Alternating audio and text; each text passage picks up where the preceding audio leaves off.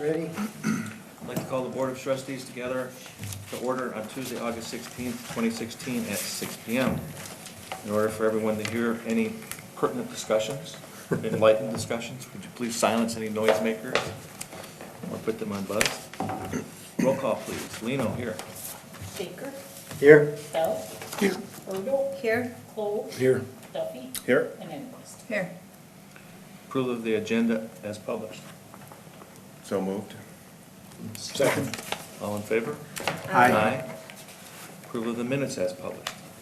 There's two sets, is there not? I'll make a motion, we approve the Tuesday, July 19th minutes. A second. Question. Go ahead. On page 9, which is the continuation of the work session and the CIP that we had, on that list, there's discussion regarding creation of workforce housing, village-wide traffic study, ad hoc committee for the quarry mitigation, and constructing a covered structure for the ice rink. Maybe some of those things weren't necessarily pertinent, but in the minutes it says that we were going to talk about them at the CIP, and we did not. So is there a time and a place in the future where we can address those 4 issues? What didn't we talk about at the CIP? Workforce housing, I thought we did. the quarry mitigation, Okay. On the traffic study. Ice rink. traffic study. Thought we'd better run through the CIP process, and then we're gonna go back into that to look at what data we wanna pull together out of it, 'cause some of this may get pushed out a number of years, some of it may get pulled forward to a more pressing need to discuss. I mean, on that list, we did have, well, the quarry was on there. What was on the workforce housing was part of that through Brandon Small's map. But it wasn't. But it wasn't. It wasn't, that's separate. Yeah, it should have been discussed separate. So we need to bring it back up.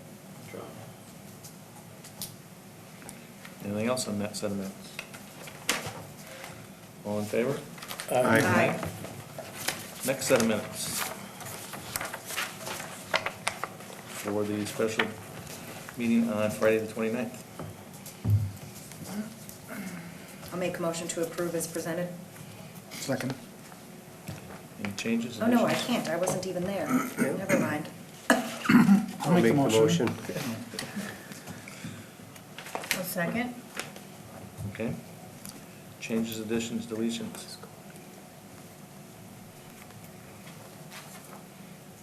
All in favor? Aye. Opposed? Janelle, I'll abstain. Okay.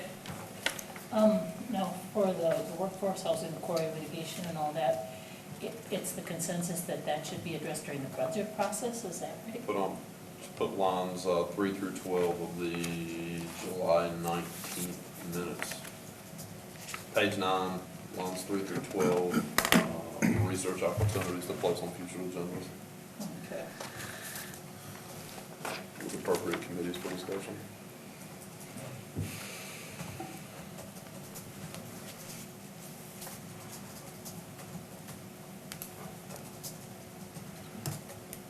Set. Mhm. Comments and correspondences. Anybody in the audience care to make a comment on a non-agenda item? Hearing none. Correspondence. A number of items this evening. I'll read out into the record.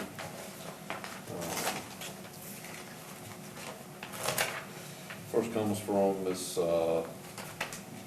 Debbie Sommer. She lives up in Sister Bluff. She writes, "Dear Zeke, we are writing this email in response to an article printed in the Door County Post concerning the Sister Bay Yacht Club suing the village of Sister Bay over the above tolerable levels of noise from performances in the amphitheater. We had contacted you by email last year complaining of exactly the same issues at our condo in Sister Bluff Estates, and we did not even receive so much as a courtesy response in return. In the article, it claims that the city did not hear of any complaints outside of those registered by the Yacht Club, which is false. We know of neighbors that have personally contacted you as well as calling City Hall. Our last bad experience with the amphitheater was at this year's Paddle Fest. We registered 88 decibels on our deck throughout the concert, it was beyond tolerable. In comparison, the loudest firework that evening was registered at 98 decibels, to give you some idea of what has been an issue since this amphitheater opened. In the article, it was stated that no decibel maximum need be recorded for venues and parks, and yet this venue is directly behind Husby's, who do. That doesn't make sense. Whenever there has been Husby's disturbances at night with either music or other issues, and people call the police and complain about them, it's not decibel complaints, but just loud, intolerable noise levels. I think this amphitheater is a problem on both decibel and intolerable noise levels.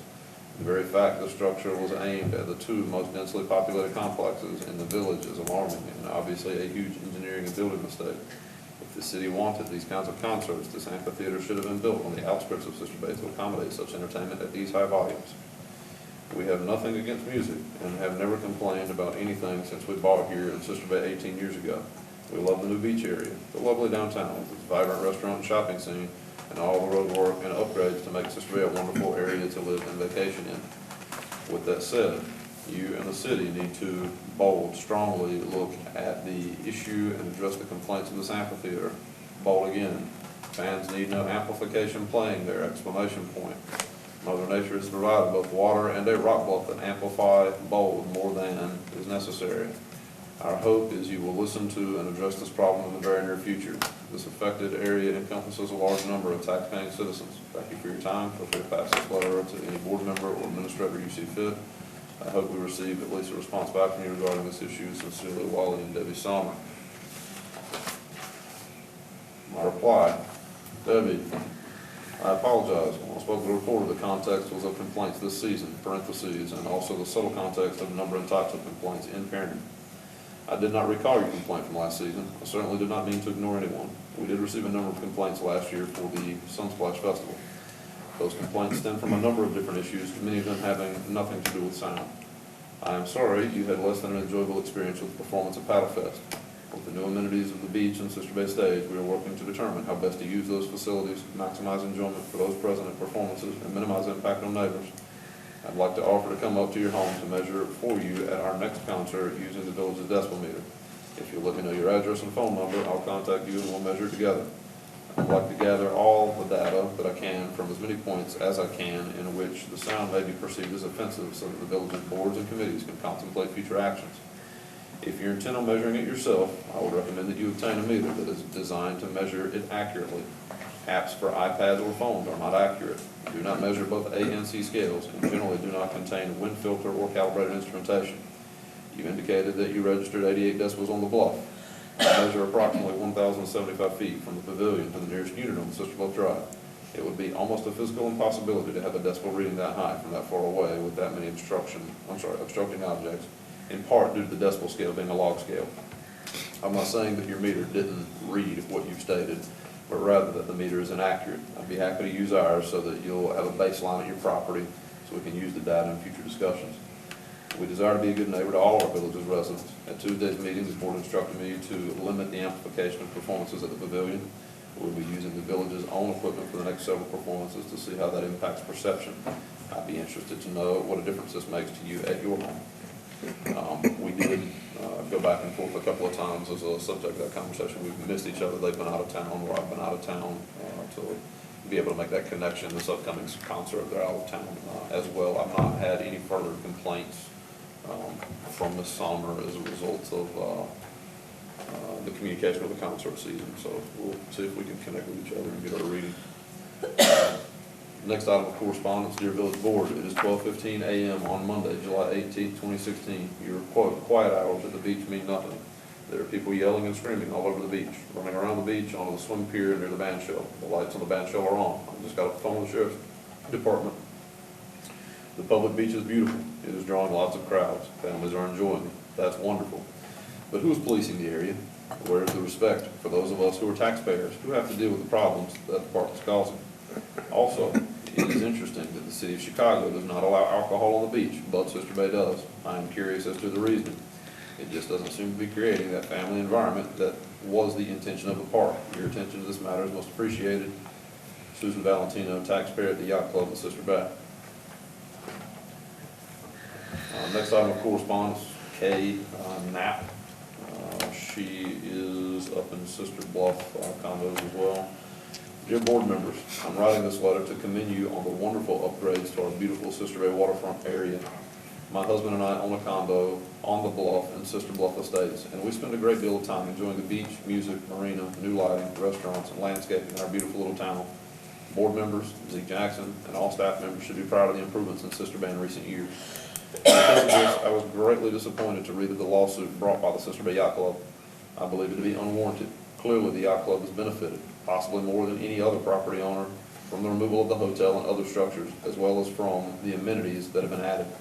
In the July 29th edition of the Peninsula Pulse, there's an ad for a condo posted by the Sister Bay Yacht Club. It states, quote, "Walk to village activities, adjoins expanded waterfront park," end quote. They are obviously citing the proximity to the park as an amenity that prospective buyers could enjoy. I don't believe that they can claim it as an amenity while they also sue the village for the noise caused by it. Living close to this activity, there are so many benefits, but sometimes there are negatives as well. The noise does not bother me. In fact, our guests can always be seen sitting on the deck to enjoy the Wednesday concerts or to hear children playing on the beach. From our location in 9A, Husby's is louder than any noise coming from the band show once or twice a week. In defense of the band show location, I'm wondering if anyone from their membership signed the log at the village board meetings to protest or offer alternatives. Did they also attend plan commission meetings? Hopefully the word will get out. The Sister Bay Yacht Club is suing, bold, everyone in Sister Bay, including themselves.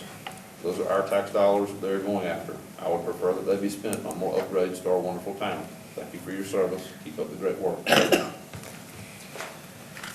Next item of correspondence. This was addressed to me. Dear sir or madam, may I point out a few places in the village streets that could use some blacktop patch. There are some holes in the curb at the stop sign on Applewood Road and Canterbury Lane. There are some holes in the street at Applewood Road and Meadowwood Drive that could use some blacktop patch also. There's a hole in the street at 2254 Maple Drive also that could use some blacktop patch. Thank you for allowing me to bring these problems to your attention. Sincerely, village taxpayer.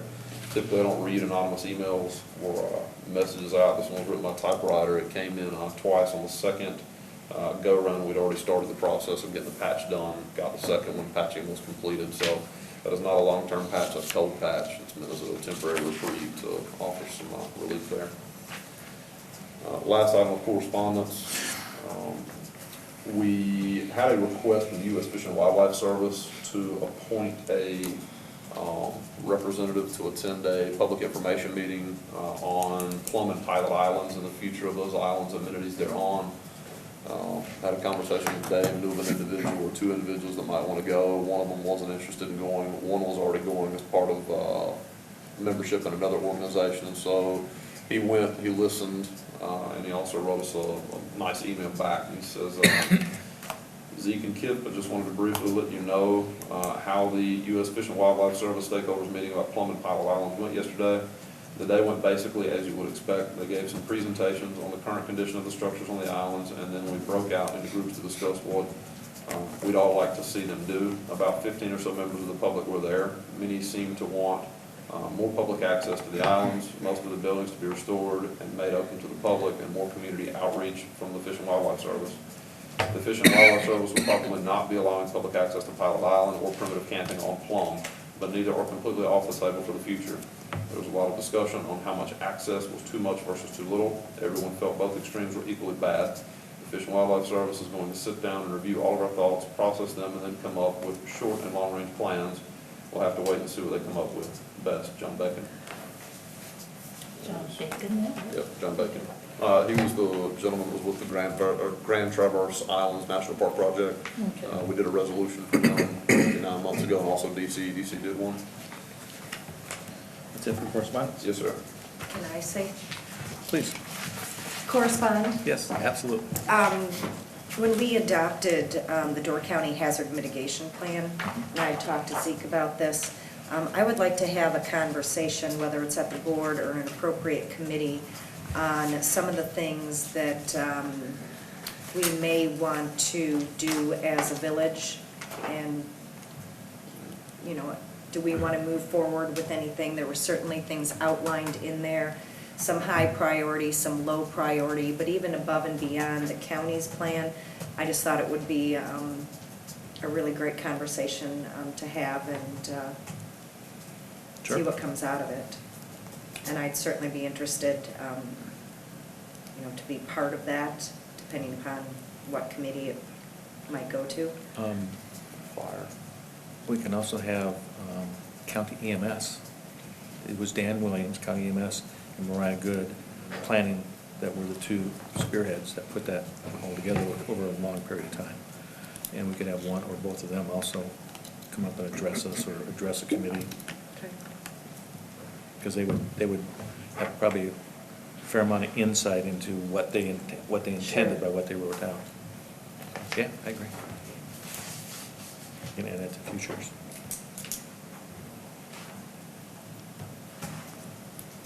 Anybody else?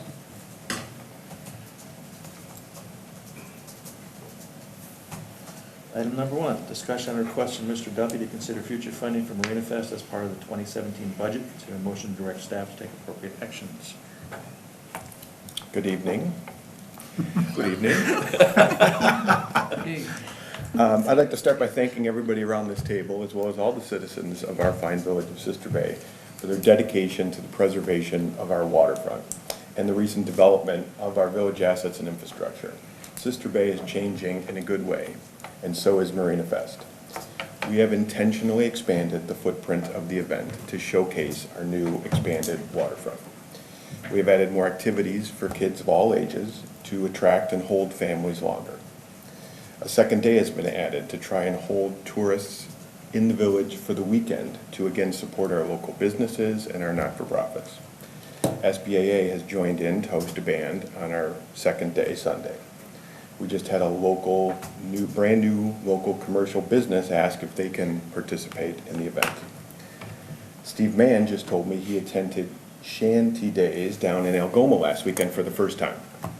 And he said you should have seen all the different types of food. They allow for-profit food vendors. We need to decide what the event should look like moving forward.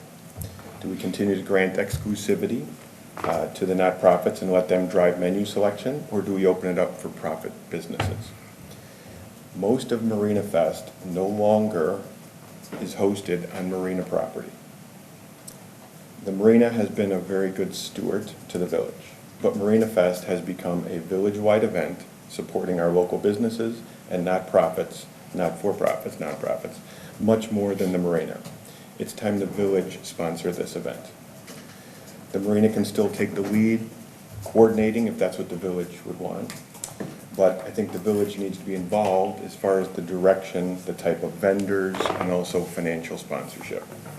What I'm asking is that the village consider splitting the cost for 2016 and taking the lead for 2017. Thank you. Okay. It's a significant change.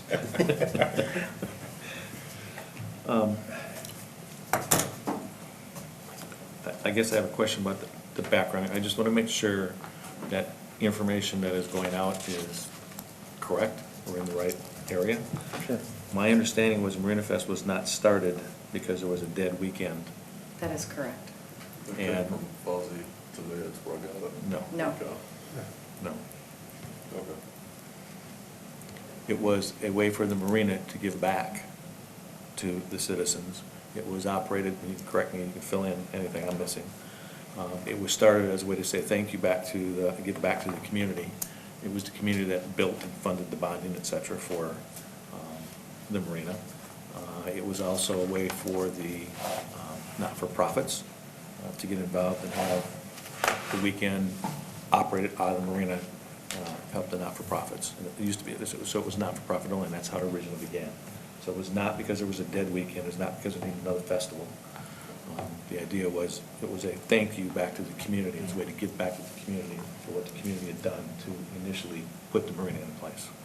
According to Fuzzy, it was also, and I'm sure all that was part of it, but he was also saying it was to get the word out that the marina, we had a brand new marina, nobody knew about it, so it was marketing to, Marina Fest to get the word out as well, that come and see Sister Bay Marina. And along those lines, and again, I love Marina Fest, I'm heavily involved in it. I'm not saying it should significantly change. I mean, all we're doing is expanding and making it better from my perspective.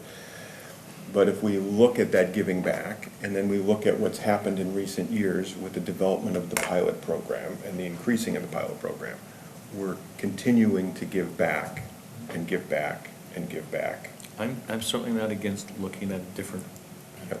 opportunities, different direction. I just wanted to clarify. Sure. No, thank you. Because once you put something in writing like this, then forever that's what it was. Right. It wasn't to fill a dead weekend. Right.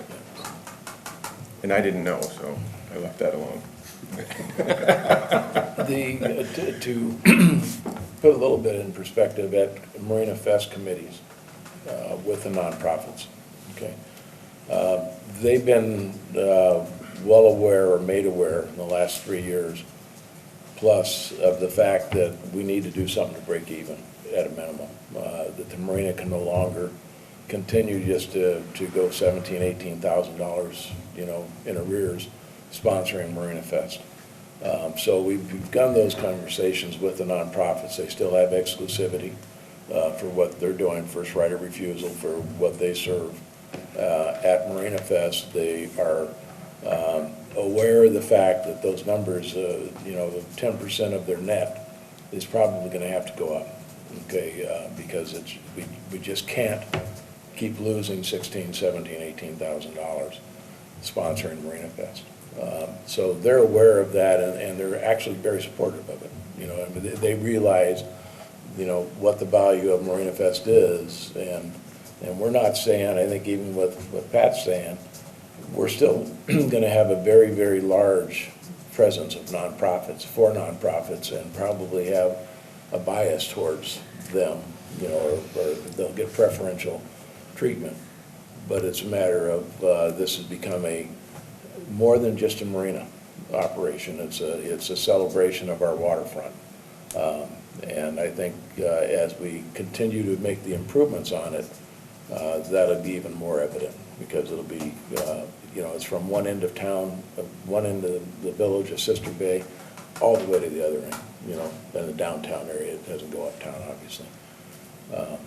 That we've expanded, and we're expanding those services to it. Is it appropriate to bring up the other issue Pardon? that came up today as part of this discussion? The local business that wants to Yes, local participate? business. Oh, yes. Okay. We have a local business that approached Zeke about offering a for-profit, what'd you call it, liquor tent? Yeah, well, we want to put a beer wagon on their property. Right. And when Zeke first approached me about it, he looked at the code and it came up with one or two things. And the thing that I said I thought it fell under was no different than Fall Fest or any other festival that's operated in the village. The operator or the responsible party for the festival that's in place has the right to decide if other entities in the village could put something out in competition or as part of. And so I suggested it be referred to Marina Fest, Marina Committee, for them to talk about and look at if they wanted to do that this year. And you two guys subsequently have had a discussion with me, and I've had a discussion with each of you. And do you want to give your side on that? Or your- You want me to explain what he was doing? Yeah. Mike Dobner requested that he have a beer cart at Marina Fest, type thing. That's one of our nonprofit exclusivities, is with the fire station. They serve all the beer and wine sales at Marina Fest. We had a discussion, Pat and I, saying that for a couple things. Number one, at the present situation where Marina Fest is a week and a half or 2 weeks away, it would be inappropriate to try to change some of our sponsors or add another or not sponsor, but add another competition to one of our nonprofits without them having the time ahead of it. He has the capability as far as putting the truck itself on marina property, okay? However, we both discussed back and forth, Pat and I, that he has a business with a liquor license for outside sales mapped out on his liquor license for the boathouse. And we have no jurisdiction, nor do we have any concern about him selling all he wants to sell on his property. If he wants to put a bar out in his outdoor kiosk, he's no different than Al Johnson's or the garage at Husby's or the alley or anything else that's running and capitalizing on the people that are coming to Marina Fest. He's more than welcome to do that. As far as bringing it on to the Marina Fest properties for, in particular this year, as a for-profit vendor taken away from one of our nonprofits, we didn't think was appropriate at this late time. Was solely on his own property, he didn't request anything on Yeah. the Marina grounds or the village waterfront park. That other code section may be applicable the way that it's described here. Basically run both of them concurrently, and so it's on private property, it's delineated in the alcohol license, and you get 12 of those a year. So, under Fall Fest rules, if he wanted to put a tent or something out on his property in the area that he can legally serve, does he have to get a license or permission from SBA? If just- he's a member of Yeah. SBAA, I think I'm trying to remember. Both of these Yeah. code sections apply, so That's fine, I don't remember this. well, so loosely, a lot of the rules are bent around Fall Fest to accommodate the various things that take place during Fall Well, Fest. my point was But that. what code is that? I disagree with that. Or maybe, Parking, this is a whole long. Okay, I'm talking about Fall Fest. right, Rules themselves within right. SBAA has Right. A set of its own, a yeah. set of its own rules for what you have to pay if you're a nonprofit, if you're a downtown business, if you're putting up a tent, if you're selling outside, yes. Which SBAA is currently, and I think you read in the minutes, changing some of that and is going to create an ad hoc group to look at what we want to do for Fall Fest in the future and how we may or may not want to change some of those rules and the festival itself. And it sounds like similar is taking place within Marina Fest. Maybe looking at something different for next year, so that's fine. I just wanted to bring it up. It was a point of discussion that been brought up in the last 2 days, so just want everybody to be aware of it in case you get asked about it. So your response then to Michael was he can do whatever he wants on his property? No, I didn't give Michael a response. My response was, let me go and have a conversation with the board and see how the board feels. But you really have, in my opinion, you've got 2 code sections, and one doesn't necessarily supersede the other when it comes time for a private property owner. You have to give free deference to the private property owner, even though the private property owner may very well have their property located abutting a festival ground, which would be the public right-of-way along West 42. So whereas the private property owner receives some credit, for example, if they don't want anything to do with the SBAA, that means they still have to have the legal protections of the village's zoning code. So it makes sense to look at it under the code section that talks about under the terms of a festival or event permit through SBA, or in the case of Marina Fest, the village itself or Marina Fest committee. On the other code section, it speaks of essentially a sidewalk sale, where a property owner can hold 12 of those a year. I really don't see what Mike's talking about as substantially any different than a sidewalk sale, because he's got the entire area delineated as a serving area as part of Well, the he does, but that's under his liquor license, and he doesn't have to do a sidewalk sale. I mean, Right. his Right. liquor Yeah, he's got license, that way too. his Yeah. liquor license says that I can serve what he drew out. Right. He drew out his 365 backyard and days. his side yard and his driveway and the front. So if he, Right, that's why more I'm power thinking to it's him. a If he kind wants of to serve out there, A serve. slam dunk that he's allowed to Yeah. do that on his own property, Okay. because Right. he's licensed for it. He's licensed, Right. you know, and he's no different than any other of our other licensees. I mean, Al's got a Correct. new business, but he's gonna benefit from Wild Tomato, all of them they're under their license. Okay. So back to the original.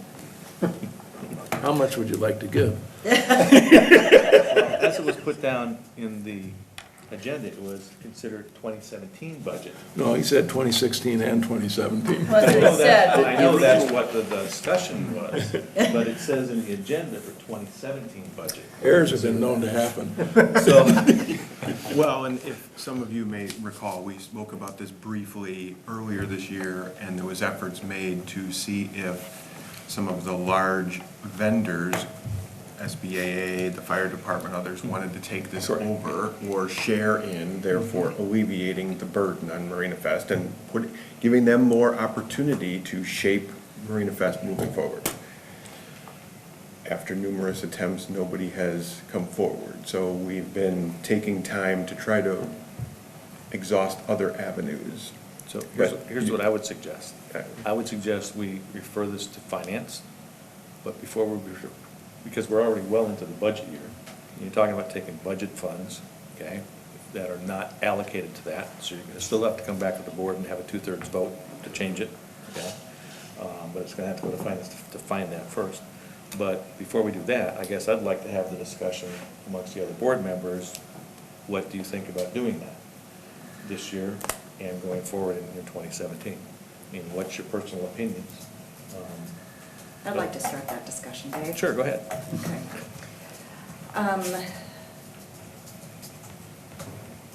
It wasn't intentionally expanded recently. It used to be on Marina property, smaller. It was changed recently. Some people liked it, some people didn't. I was not part of that conversation or that change. I disagree with your statement, Pat, that it holds tourists in the village for the weekend. It's Memorial Day weekend.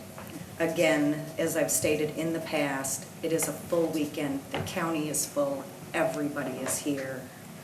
It's a crazy weekend, no matter if you have something going on or if you don't have something going on. So I kind of disagree with that statement. Sister Bay's may be more crowded for people coming and going or whatever, but I don't know, and it may help the nonprofits, but I don't know that it's necessarily, if Marina Fest went away, that most of the businesses wouldn't do just fine anyway. As I've stated in the past, and Dave has concurred with me, my best weekend of the whole entire year is Pumpkin Patch, when everybody's in Egg Harbor.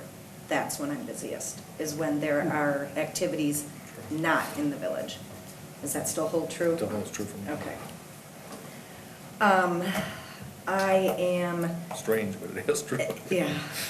Well, maybe that's to be discussed. Maybe we just end Marina Fest. Nobody, if businesses don't appreciate it, why are we spending $18,000? We could dedicate that money to a better use.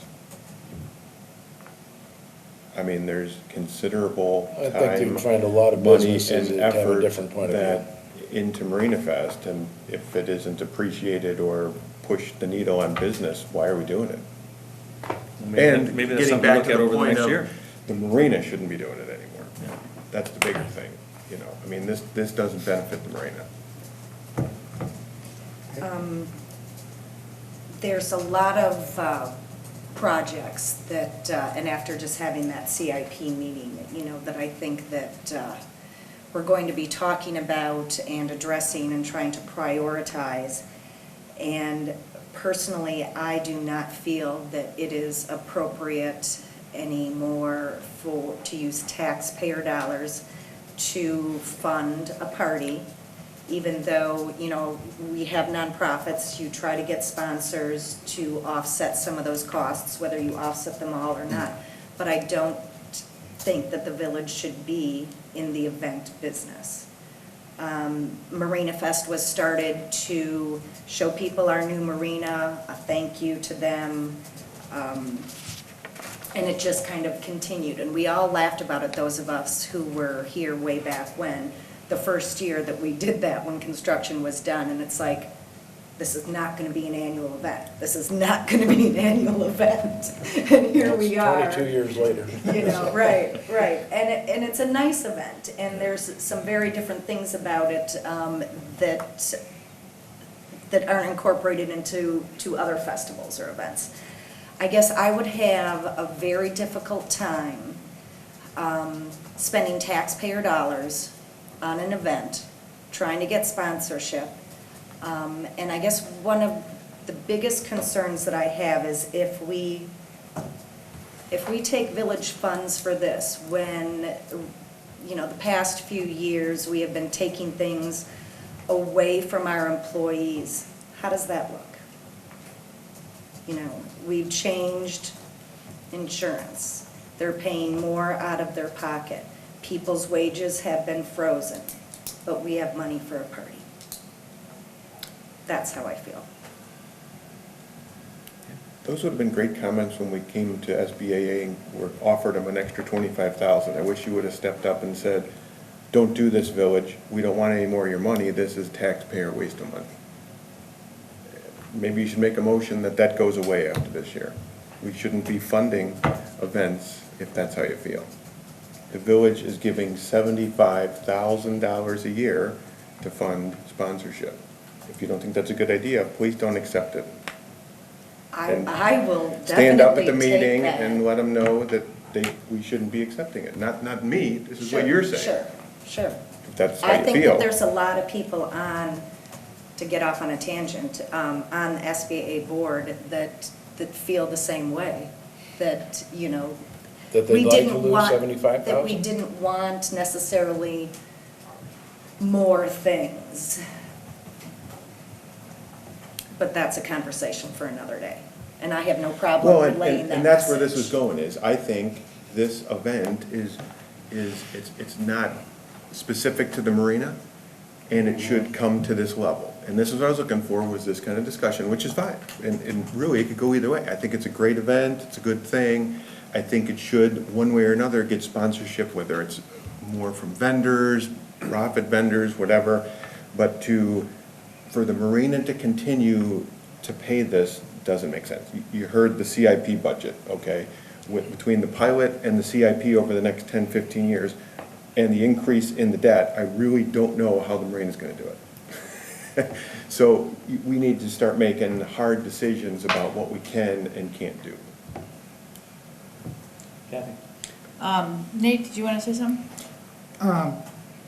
18 days before the event to ask for a funding change like that doesn't seem quite right. I think that maybe Marina Fest needs to go away if it's really costing that much money. I hear your point about it's not benefiting the marina that much. I mean, it slows marina activities down when it's happening, and it hurts revenue on that side. I think that if we were to say, okay, it's gonna go away, I think somebody would step up and keep it going. But while there's still that safety net, nobody's gonna step up.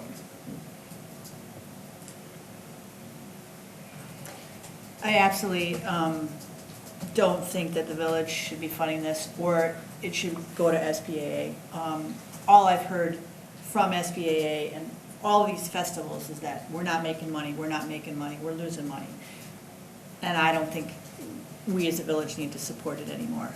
We need to figure out how to let these festivals support themselves or generate, at least pay for themselves. They don't have to make money, but they should pay for themselves. And that's all I've been hearing, whether it's Fall Fest, Marina Fest. And fests are great, but maybe we're over-festing.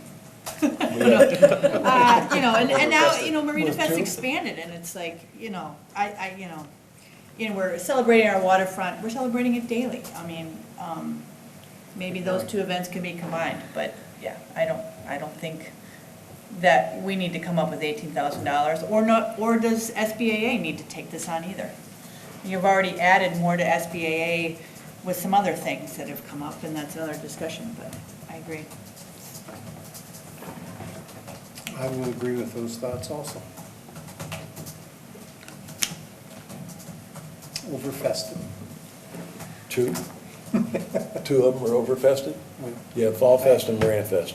I just agree with them about the money. John? If the Marina Fest goes away, I think it'd be a catastrophic to the village. I think over 22 years, you've got a following, and everybody does Labor Day weekend, and they go to Sister Bay. We don't have very many weekends that it's a Sister Bay weekend or come to Door County to Sister Bay. You know, Marina Fest is that weekend. We don't do anything on the 4th of July. We don't do anything, you know, when everybody else has all their different festivals. We do Marina Fest and Fall Fest, you know, type thing. And if you're gonna turn around and say, well, you don't need to go to Sister Bay anymore, so be it. I think I can get a lot of businesses downtown that I've talked to that say my business is way up. And if you look at the traffic last year on Marina Fest on the second day, and I purposely asked them that, they said by far, including the president of SBAA, that, you know, business is substantially up, and why wouldn't you have it the second day? People are walking all the way through town, and last year, coming down the hill at 10 o'clock in the morning when everybody is normally gone, there was a line of cars. You know, before the beach was done, before everything was doing, now we do that on a daily basis with our new expanded waterfront. But I think to just make the comment, well, let us go away, the village doesn't need any festivals, the village doesn't need to market anything, then I think you have to be prepared to do 100% of that. If you're gonna say we don't need to do that, then get rid of the sponsorship or the $75,000 we're giving to SBA. Drop it all out. And you know, you're not just a little bit pregnant, you're one way or the other.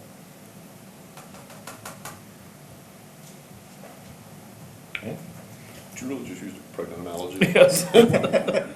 Just because I look like it doesn't mean, it's taken me a lot longer than 9 months to get here. You know, is there, I don't know if there's a compromise. I mean, Marina Fest did not used to cost this. And, you know, is there any dollar amount within the marina budget where, you know, okay, we're gonna spend X amount of dollars, that's it, period. It's a smaller, not expanded event, maybe back to the one day or whatever if you don't wanna see it go away. Or is that not an option, or could that be a conversation for the future? Certainly, it can be a conversation. Again, this is, and we will, I'm sure at our next meeting, be petitioning hard to finance that the pilot payment needs to come down to a level that's realistic. But the marina keeps, even though we're breaking records on revenues, it just all gets siphoned out, you know. Reserves are dwindling. What projects get pushed off. You can only do that so long before you're gonna have to do things. I mean, we've got damage that's taken place that we're trying to figure out how to, we've got the fire chief saying a dock is a trip hazard, it needs to be redone. I mean, and we're not doing anything. The roof leaks at the marina. We're not fixing this stuff because we're trying to be good stewards. To turn around and say, we're gonna, to your point, spend money on a party, I don't see where we can continue to do it. And the reason it's gone up is if you look at the Marina Fest, and I've been involved in that now for 8 years, you a lot longer than that, but the reason it's gone up is it was declining and declining and declining. Marina Fest was, you know, as a festival, was not, you know, bringing in as it wasn't as vibrant as it was in the past. It was getting a little bit stale, a little bit old, a little bit too predictable. And as, you know, it went through, it kept going more onto the marina budget. You know, we used to have a donation and it covered the fireworks, and that was a major expense. And we, you know, the nonprofits pretty much, you know, made all the money. They, you know, the nonprofits do very, very well on Marina Fest. I think that's something that you have to have into your discussion, because if you go out and tell all those nonprofits we're going to do away with Marina Fest, and tell the fire department that's their #1 fundraiser for the year, you know, that I'm going to axe that. Well, they're gonna turn around and ask us Yeah. for more money. Yeah, they're going to. I mean, I think They're gonna they come out do and $20,000 do to it. $30,000 So- on that event. If you pulled that rug out from them, they're gonna come back and say, last year was 100,000, we now need 120 to 130 of the taxpayers. That's not, no, they would not ask that, because this money goes into the firefighter association. And they've been pretty consistent from what Chief Heck has told me, that about $15,000 is their net. It goes into their association, and they buy things that they don't ask the village for. Now, maybe if they don't have that, the budget may increase if, but that's not necessarily a guarantee if they pick up a fundraiser someplace else. But yes, it will impact the firemen more than any other nonprofit there. Absolutely. Well, they stand to, they have the lion's share of all the sales, and they don't pay much. And they didn't want to take it over as well, primarily because they didn't want the conflict with other non-vendors or nonprofits and managing. But I think if you just say, I'm gonna get rid of this event, you're gonna have, it's not quite as easy as just getting rid of that event. And if you're gonna get rid of this event, then, and as I hear people talking about, we shouldn't be in the event business, and we shouldn't be in the Sister Bay advancement business. It's as simple as that. Okay. I don't want to go into an SBA discussion. It's not what the agenda item is. Just trying to focus on what the Marina brought up for Marina Fest. Okay. I guess goes without saying, there's a resistance and a reluctance to do anything additional dollar-wise, certainly for 2016 at this point in time. But there's also a bigger question, what's going to happen to it overall? I think that's something over the next several months, going into next year, we're going to have to decide what's going to happen. And as Pat said, maybe if you turn around and say we're going to downsize it, we're going to pull out of it, we'll make it available to another entity that may want to operate it, maybe that's what it takes for somebody else to step up and say, okay, fine, we'll do it. I don't know. But I have to agree, I mean, money is definitely tight. To come 2 weeks before the event and ask for the money in a budget that's already been fixed for the year is pretty difficult. I do understand the bills are going to roll in over the next 2 or 3 or 4 months. It's going to be December before everything is done. There's still time to work through this, through finance and et cetera, if that's what we ultimately decide to do. So it's not like we have to, quote, come up with money tonight if that's ultimately what we decide to do. But I think this gets the discussion going as to what really should happen with Marina Fest. If Marina can't afford to operate anymore, then something drastic needs to be done. Agreed.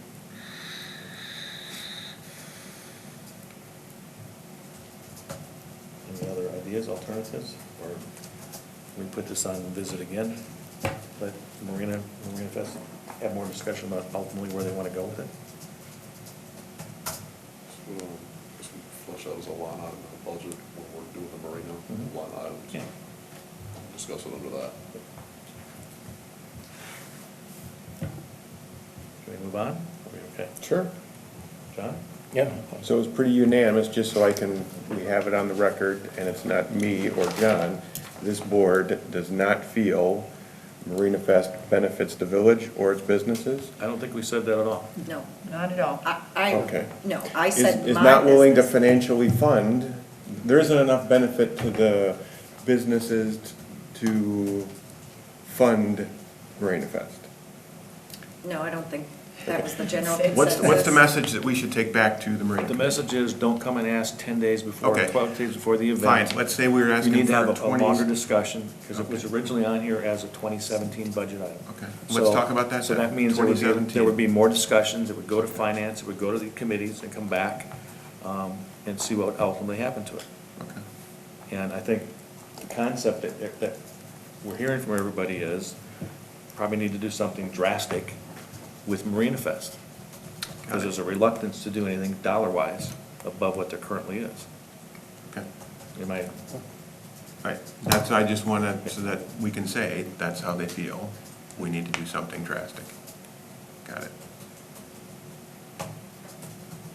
Can there be public commentary No. on this agenda item? no.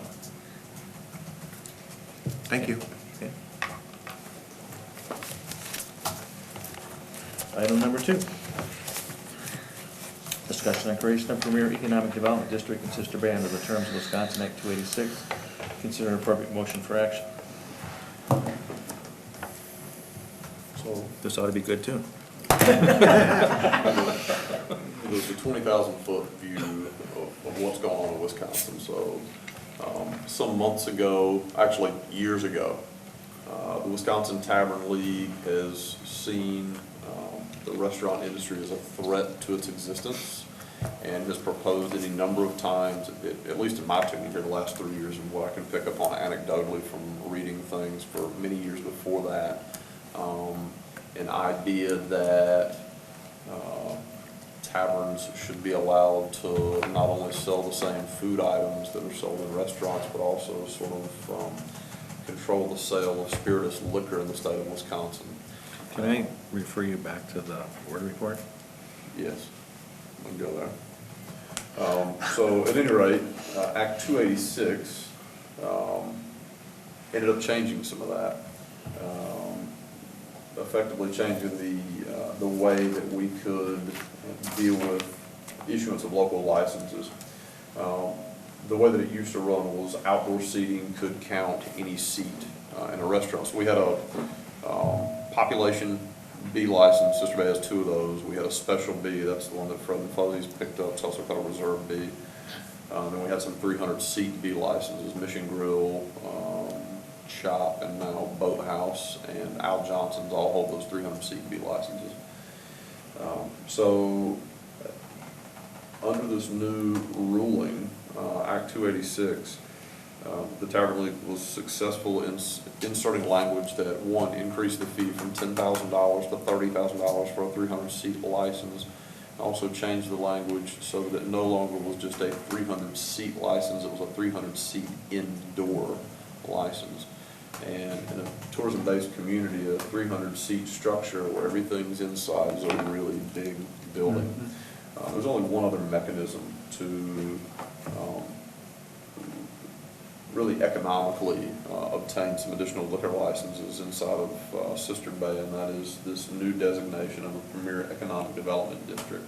The qualifiers for this is that it has to have $20 million in new construction value, and it cannot comprise more than 40 acres. It also uses some language that I've asked Randy Nesbitt to look into. We've yet to be able to get a hold of anybody at DOR, but geographically contiguous, that's really amorphous as to what that means. I've seen geographically contiguous mean you have a parcel and then the line breaks down and it goes down the highway and balloons out. It also can mean all lumped together. So without some guidance from DOR, we're not able to move ahead very far with this. The reason this is coming before you tonight is we have one of the builders on the Braun property who proposes to put up a restaurant, says, look, it'd be fantastic if somehow we could get a liquor license in Sister Bay. Would you all consider doing something like this in terms of a premier economic development district designation in order to obtain 2 additional alcohol licenses? We would then subsequently sell those off, or grant those or not. Okay, so I have a question, I guess I have a statement. When this came up, I think we, as a board, we have to answer the question, do we want more Class B liquor licenses in the village? Number one. Number two, as far as the $20 million, do you have to have the 20, since it says new construction, do you have to have the $20 million built before the licenses could be issued? Or do you have to have somebody say, well, if this, and that happens, it's going to equal $20 million, and then what happens 5 years from now when it doesn't? Okay, so DOR really has not promulgated any sort of guidance on what this means. So Randy and I had a conversation, and we're extrapolating current state definitions for the term new construction to what this means. Today, before a conversation with DOR, what we believe that to mean is the latter of what you're talking about, which is you've got some third party who is going to say, we believe based on the projects that you're proposing that in these areas you will create a combined $20 million of new construction, and then that has to be installed. DOR has given no guidance on what occurs if that $20 million does not actually materialize. As a matter of fact, by the nature of Act 286, it doesn't seem that there's any hiccup in there at all, other than you have to have an independent third party say, yes, this is going to be worth $20 million. What's a DOR? Department of Revenue. So if you took And eventually it If you could be took, 20 million. if you took the buildable property that we have, okay, including Greg's, do you have $20 million worth of buildable? I believe we do. If we look at the projects that are on the books. So what I listed here is Stony Ridge, the old school site, the Bronze site. I put the Dahlstrom site in here because it's in the TIF. Goki's Mill Road West site, he continues to pre-sell those. That'll be a substantial So this is kind of like a subset of an existing of the TIF. TIF. Yep. It basically takes every site that we're working on actively in the TIF. I did not list Topper's only site here, but that would be another one that would create some value and take those out. Does it alter or change anything in the TIF? No. Or how it Essentially, operates? this is just another overlay on top of the TIF. The real crux of it is, if you're gonna do this, once that construction starts, that's really gonna change the calculus for the new construction part of it. So the broader question you're asking, which is, do we want more liquor licenses or not, unfortunately is a question that we need to have answered before the first hammer ever gets swung on these, and that timeline is rapidly narrowing. And what does it take to do this, and how much does it cost us to do this? We need more guidance from DOR. This is new. This came about a couple of months ago. Wasn't this originally put together for the Packers? Yes. This was put together as part of that big development district around Packer Stadium. We need DOR to first answer the question of, is it geographically contiguous? What that means. We can make a case for it's all connected together, but does DOR see that as substantially contiguous? The second one is, can we justify the village's assertion that we're gonna have over $20 million in developable property there? I think we can make that case. The question is, will a third party agree with us to that end? Will DOR recognize Troy Zacharias as the village's appraiser as having an independent third-party opinion? He has to, according to state statute, as an appraiser, be objective. Or do we borrow from the alternative course of action, which is essentially to have some economic development group do some kind of a study here to say it's going to be $20 million Sounds in value. expensive. If you ask me for a number, Zeke, what do you think it'll take to do this? I think it'll take somewhere between $5,000 and $15,000. I did have a conversation with the developer to say, look, our plate's a little full right now, getting all these things done.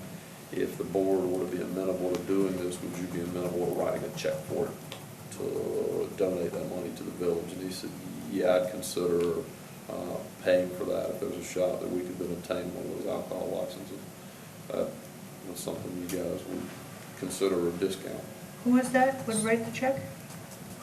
The developer of Lot 8 on the Braun property. So, Okay. could you, given that statement that you just made, what if two other people within that $20 million area say they want the liquor licenses? So now is, because this individual has paid for it, has he now, quote, bought the license? Or would that individual understand that if he goes ahead and puts that together, okay, that doesn't necessarily mean that individual is gonna get the license if somebody else comes along also? Can we charge more? You can. Okay. Egg Harbor charged Horseshoe Bay, I think it was $40,000. It was a story from Randy Nesbitt when they got their alcohol licenses. So the minimum would be the 20,000, but we could. Minimum's 10. That's for 2 licenses is 20. Oh.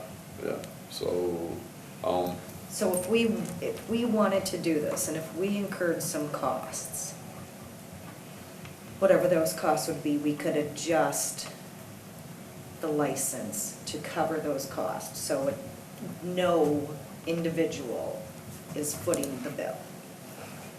could do it Right. that way. If it go, because I see that as a problem. Yes. If somebody else foots the bill. Absolutely. Who potentially is gonna be the developer on the piece that's looking for the license. I don't It's like just- that. Right. Yeah, there's any number of problems Right. that I can see with all of this. I mean, the bigger question to come back to is, do we have enough liquor licenses in Sister Bay? And, what I hear regularly from both citizens and developers as a part of developing the Bronze site is people go, oh, what's gonna happen? I'm really excited things are going on. Oh, it's another restaurant. Well, okay, great, there's another restaurant in Sister Bay. There certainly seems to be an opinion that we have a plethora of dining opportunities in the village. And that's great, because people come here and make this their dining destination of choice. The question is, what do they do when they're waiting for the table? right? Do they go stroll the beach? Do they spill over into secondhand Sue's or on deck or one of our other fine retailers? And Or have a beer or a glass of wine rather than an alcohol drink? Sure. I mean, personally, I don't care if there's 2 more licenses in the village. I don't, it's the nature of the business that they're going to use them in. And do I think Sister Bay has a lot of restaurants? Absolutely. If there's a couple more, surely So be it. 30 years from now, with population growth, that would really be the thing to think about. What does it look like 30 years from now? Is this the opportunity to pick those up, even if you don't sell them for 30 years? I think you have a good comparison. I mean, you can look at Sister Bay and the growth, and the growth minded, and yes, we have a lot of restaurants, but we're also open year round. And it brings in the people. We also have a lot of communities surrounding us that don't have the restaurants, don't have the liquor license, that are closed. Okay, and the people don't go there for dinner or anything else during the winter or even the summer. Okay, and they come to Sister Bay. So, short of saying, geez, I have a lot of problems, which I don't, I look at, if you're looking at a future developer, a future business operator, and I don't care if it's gonna be a hotel or if it's a restaurant or whatever, if you say I can't have a liquor license and I can't have a bar in that establishment, you're gonna severely limit your people that are gonna come in and develop, because that's where their profitability is, especially in a seasonal town. You know, they have to have some way of making, you know, their nut. And so I have no problem with, I agree with, I don't want to have one guy and say, well, I bought that license, I don't want to go down that road, but if we can charge it in our fees to offset it, I'm all for it. I mean, I think it would be short-sighted of us to not move forward. Restaurants are gonna come and go. You know, I mean, we've got them, and we got a lot of them right now. You know, 5 years from now, do we have as many? Maybe. Or 5 years long? Well, maybe and- not. Yeah. Right, and your point about, you know, that Sister Bay is open year-round, and if, you know, that trend continues with people coming, you know, maybe that can help the shoulder seasons and the off-seasons, because we are open and we have more restaurants open, and it just, that's a good thing. Something to note is for hotel development sites, that's treated under another part of Chapter 125. So should you have a 50-room hotel go up, they can apply for a separate Class B license as part of their hotel operations and adjoining restaurant there. So there's some opportunity there.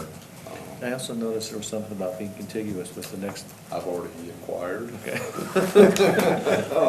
I did inquire of our wonderful neighbors who happen to have some new licenses down south of us.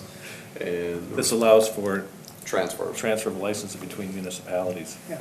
If you're adjoining. Yeah. And so since we're basically joining Ephraim, you Yeah. could transfer license from Ephraim to Sister Bay. Brent basically said, look, we don't really know what we're doing with them yet. So let's hang on to them for a while.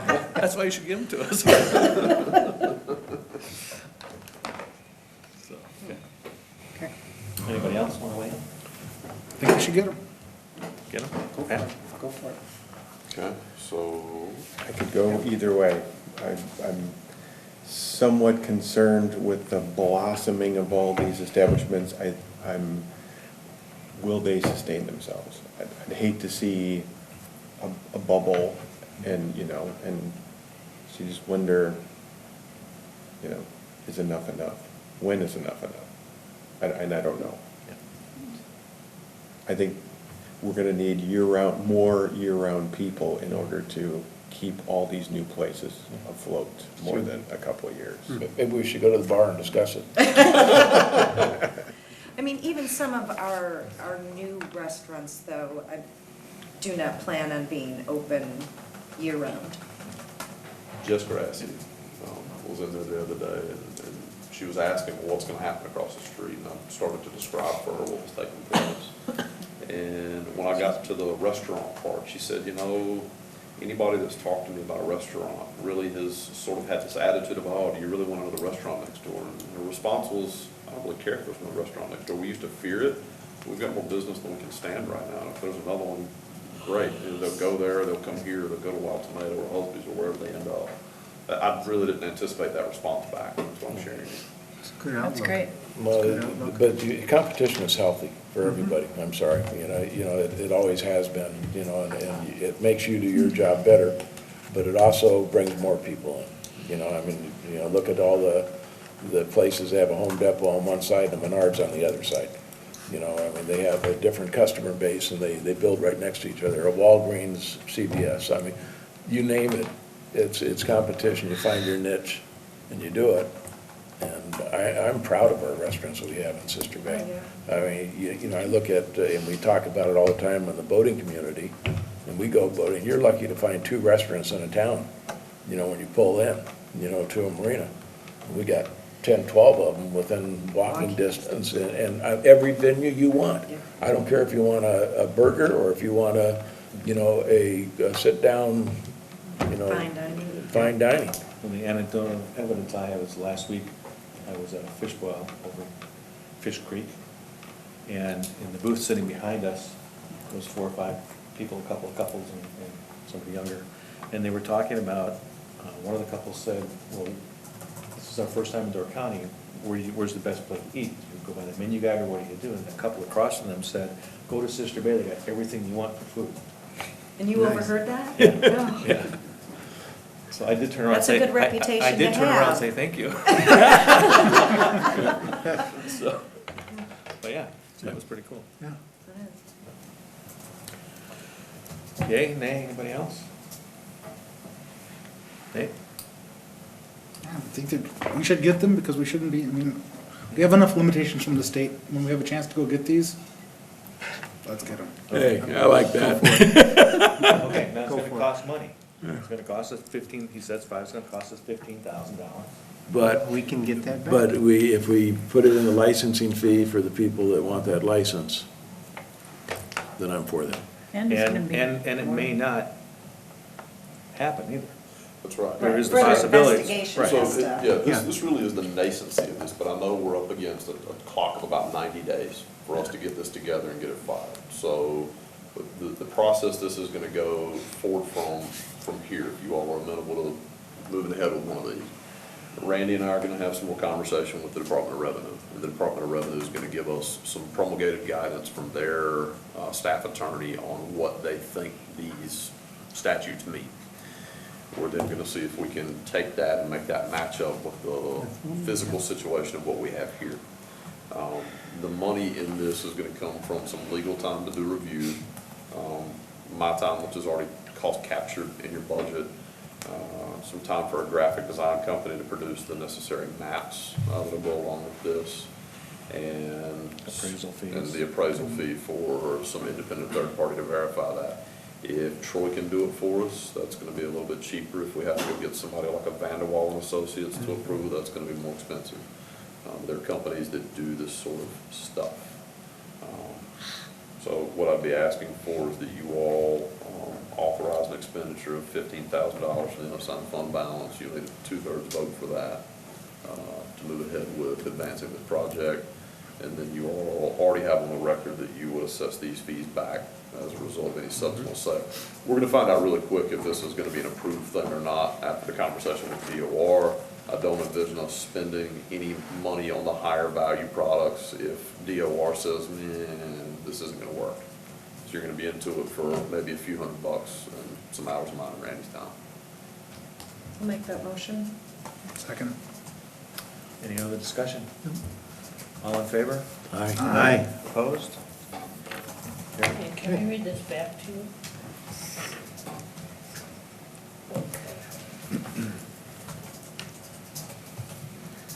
Okay. That the village board authorizes research and plan generation for creation of a premier economic development district in Sister Bay. To that end, a budget amendment shall be made and no more than $15,000 shall be withdrawn from the unassigned fund balance. Put something in there about the fees, the cost of getting this approved through DOR will be assessed back to subsequent alcohol license purchasers. The cost Does that make sense? Is that what I heard? Yeah, Okay. get the money back from the Yeah. license. Okay. The cost of getting approval for what? Future alcohol license purchases.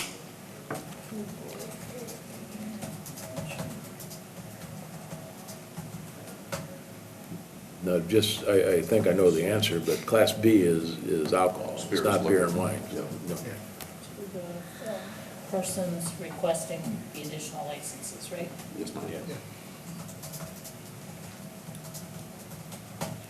and that was Denise and who? Me. Okay.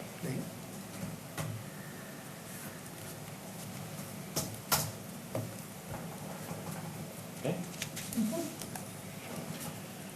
Is there a motion to discuss and confirm President Leo's appointments? None this evening. Reporting county activities, President Supervisor Dave Lynn. It's still, next week is the county board because we're a week off of our schedule, but the admin committee met today, and there will be something coming out to the village from the county. Perhaps you know something about this, Nate. We did approve a broadband forward community certification and grant program for all the municipalities in Door County, but that does not include incorporated cities and villages. We would have to authorize our own. And it's a grant program from the state and federal government.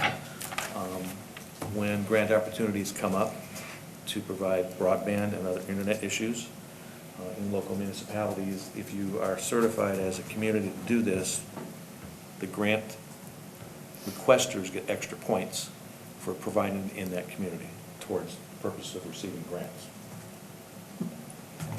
So the county approved it today for sign-off, and they will, once Grant Thomas Corporation Council has it in a resolution form, he will take that model resolution and forward it out to those municipalities, such as Sister Bay, that may want to look at doing it, approving that themselves, so that companies would have additional weight given to them when they apply for grants, when it has to do with broadband. So, do you know anything about that? You can Yeah, add to I've that? heard about it. Is the county making changes to comply with that? Because it's not Yes. just, okay. Yes. Has that already gone to, It came from, I forget which group it came from. It was the state of Wisconsin statute 196.504. Those are changes that they made, and they put together a model resolution, model ordinance, which is what the county is going to adopt. And that model, once adopted, is what they will send out to the municipalities if they would like to review it and adopt it themselves additionally. So, recently, I know you applied for grants. My understanding is, in the communities that you would be asking for grants for, this type of program, your company or any other company would get additional points with the state and with the federal government because we are a community that's approved this. yeah, the big one is the Public Service Right. Commission, which is still sitting on their announcement. Yeah. They said it happened last week. Yeah. So, that'll be coming forward. They're also in the process, next month, they'll be completing their annual review of their pay and position plan prior to their budget. Once again, if we want to use any of that information, it's readily available. It'll be public knowledge and provided to us as a village to use that, if we choose to use that for any of our Is that purposes. just update to the Yep. one that was done? The annual update. Every year they go through and they redo all the positions, they redo the dollar amounts, they redo the marketing. When was that? When's it come back? Late this month, early next month, because it's got to be in for the September, part of the September budget process. But I know when they went out and looked at all the positions, they came back and consulting group came back and said that they were within less than 0.5% of the market for every place else. When they weighed everything out. Any questions on anything else you may have heard? Or? Review of the financial statements, consideration of a motion to approve the monthly bills. 26 on your Zoom.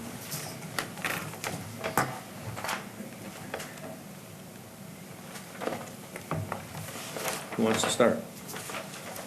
With questions? Yeah. A general question. I saw that the Humane Society and Sister Bay Historical Society, their checks were cut last month. I'm just curious why. Usually we do that right in January. Because you have a new finance director. Oh. Who didn't. That's why. You took care of that when I figured it out. All right, that works. Yeah, that's a simple answer. On page 27, just a question, power pedestal installation to Bodart Electric for $19,000. Yeah, it's part of the Bay Shore Drive project, the 400 amp service pedestals that are now in the north end, well, around Village Hall. Okay. For festivals and events, so it's a add-on we did to that project. I have one on the same page. Wait, they I'm were sorry. installed for what purpose? Festivals and events. Interesting. So we're okay with spending 20 grand for extra power for all the festivals that we have adequately supplied, but we're unwilling to support existing festivals? Just so the camera gets that. Things change. That's a valid point. On the same page, I went on the boathouse painting project. That's expensive. You know what that is? Yeah, we painted the boathouse. Painted the boathouse. Oh, That it was the was last, the I thought, bid. last I heard, I thought the guys were gonna do it or something. Oh, no, it was a bid that was for Bogdan, it was Peninsula Painters. They did a good job. Did an outstanding job. Go look at the boathouse and it pops. Yeah. You know, it really did an outstanding job. And that's exactly the bid that they did. There's no overages or anything. And I might add, even though they did some additional overages, because they put a couple coats on the ceiling of on the deck, and they also painted the doors, which were not part of the original bid, that they did not charge us for. Anybody else? There's a couple people that went to these meetings, this WFOS meetings, what was that? Saw that. Where, what page you in? Waterfront oversight. Waterfront oversight, oh, so, Where are you at, Kathy? well, There's a couple there's different several. places This, the one I've got is because on that it's same alphabetical. page, Tanya Crowell, page 28, bottom of page 28. She was paid, yeah, there were several of them that went to Right, this there should have waterfront been Chad oversight. and Rob and Tanya. Part of the village's bylaws, that if you're on some kind of a ad hoc or standing committee, then Oh, you're okay. paid. You get paid. I thought maybe they went somewhere. No, this is all, Committee member. They came to the fire station. yeah, Okay, Big it travel. happened months ago. okay. July, oh, that's when they're paid, yeah. I have a page, or on page 32 of the Zoom, on the very bottom, the Connect Business Solutions, new chart of accounts. What is that? That It's is, about $1,700 or something like that and change. right, that's the progress billing for the revision to the chart of accounts. It Explain was that again, it's what now? revision to the chart of accounts to align it with the state All right, so standard. the state. You're talking about software program? Well, This your is in the software budgeting, program. Your budget is not state code compliant, and it's been that way for years. Shank has recommended for years that we should bring it online with the state chart of accounts, because it makes it easier for finance directors, other GFOA staff, and auditors to look through it. Yep. And the timing was right because we were getting the new software, Right. correct? So that's why it was done Yes. this time. Yes. So it's done now, we don't have to do it again? No, In this is a progress billing. I don't remember the total. I believe it was, do you remember? I don't know, it's awesome. I But it don't was remember in the that total. whole packet that we approved a couple of months ago, Yes, wasn't it? it was that in you the packet. I presented? want to say the May meeting, Yeah. June meeting. Was that the $4,000 or $5,000 guidance? Yes, it was one of those two items, yes. There were two items there. There was a packet, there was something in there that we talked about. It was the sewer rate study and the update Yeah, to the that chart of was- accounts. yeah, all right.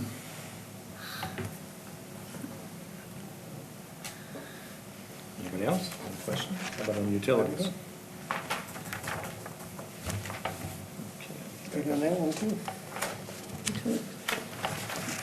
Okay, so I'll make a motion to pay the bills of $241,000.02.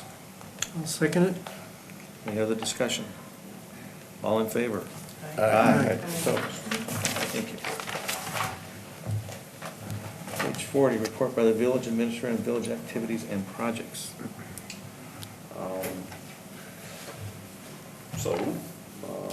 The beach guys continues to be absolutely phenomenally well used. I'm impressed with the lack of garbage and debris that we see down there. That comes from really two reasons. One, people do a good job of generally taking care of it as they use it. Two, our crews go through there a couple of times a week to manually remove anything that somebody happens to be a bad neighbor with. Harborview Estates, engineering work is complete on that project. To my understanding, they've got one lot sold, another one that he continues to work on. Stony Ridge, driven down Highway 57 on the right-hand side, they're going out of town. The blasting is completed there. They're now shuffling items around. I do want to talk about that particular development for a second. We've got a number of citizens that own units up in I'll refer to it as the older part, where he's just done the condo development. And there are some, in my opinion, some very minor, in their opinion, incredibly big, outstanding items that need to be taken care of. And it really amounts to pouring some asphalt for a pad for some dumpsters, putting up a fence for a pad for some dumpsters to screen those. He's missing about 6 5-foot-tall cedar trees that need to go in, and some grading and landscaping, which really couldn't be done economically until he did the site grading on this new site, so he can move the dirt from there up to the old site, plane everything out. Quite a bit of dirt's got to be hauled in. So this has been going on for basically the whole time I've been here, and he continues to get further and further along with it, and I continue to hound him, and he does something, and it sits for a little bit. He gets a little further along with the building, and needs an occupancy permit or some transactional point that we have control over, and then he goes and he gets stuff done. So all in, outstanding, there's probably somewhere around $15,000 worth of work up there. The vast lion's share of that is the dirt being moved around and grading to be done. So I've now issued 2 back-to-back code enforcement letters. The first one, the recent code enforcement letters. The first one says, Bigelow Ventures and Stony Ridge Development, you need to bring this into line. They got 30 days to do that. They did make some progress. At the end of the 30 days, an evaluation, it was not completed, so I issued another letter that said, hey, you're gonna get fined $500 come the end of August, because that's the most that I can find you under the zoning code. I'm gonna turn this over to Randy Nesbitt. Randy Nesbitt can seek relief through the courts, and we're stopping payment on any development activity taking place up there in accordance with the development agreement that we have with you on that project. I have talked to Paul is the gentleman's name. He's sort of the expediter for that whole project. Paul does a lot of the arranging for Keith to get things done. Paul says, Zeke, I'm gonna do everything I can to have this done August 31st. And I said, that's fine, Paul. Come August 31st, I'm sending you a bill for $500 for both of these buildings for having my compliance. I hear from a neighbor up there maybe once every 10 days to kind of clue me in on what's happening or what's not happening. We're scheduled to attend a homeowners association meeting up there, and I'm sure they want this stuff done. As you all hear buzz about this, please be mindful that many of the items that the property owners are concerned with have absolutely nothing to do with the village. They're not something that we regulate. They're not under our purview to regulate. They amount to things like a chrome buffer for a shower head or something.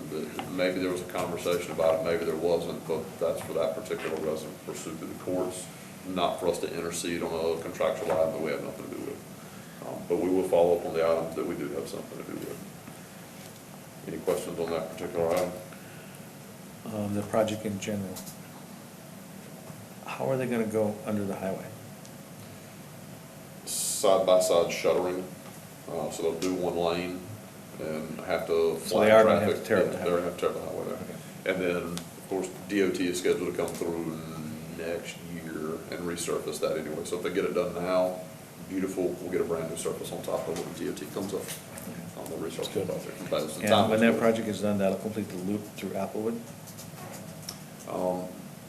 That will give us a leg up that, yeah. We still will need it off of, Canterbury down to Canterbury. Maple. Right. Yeah, so complete that all the way. Okay?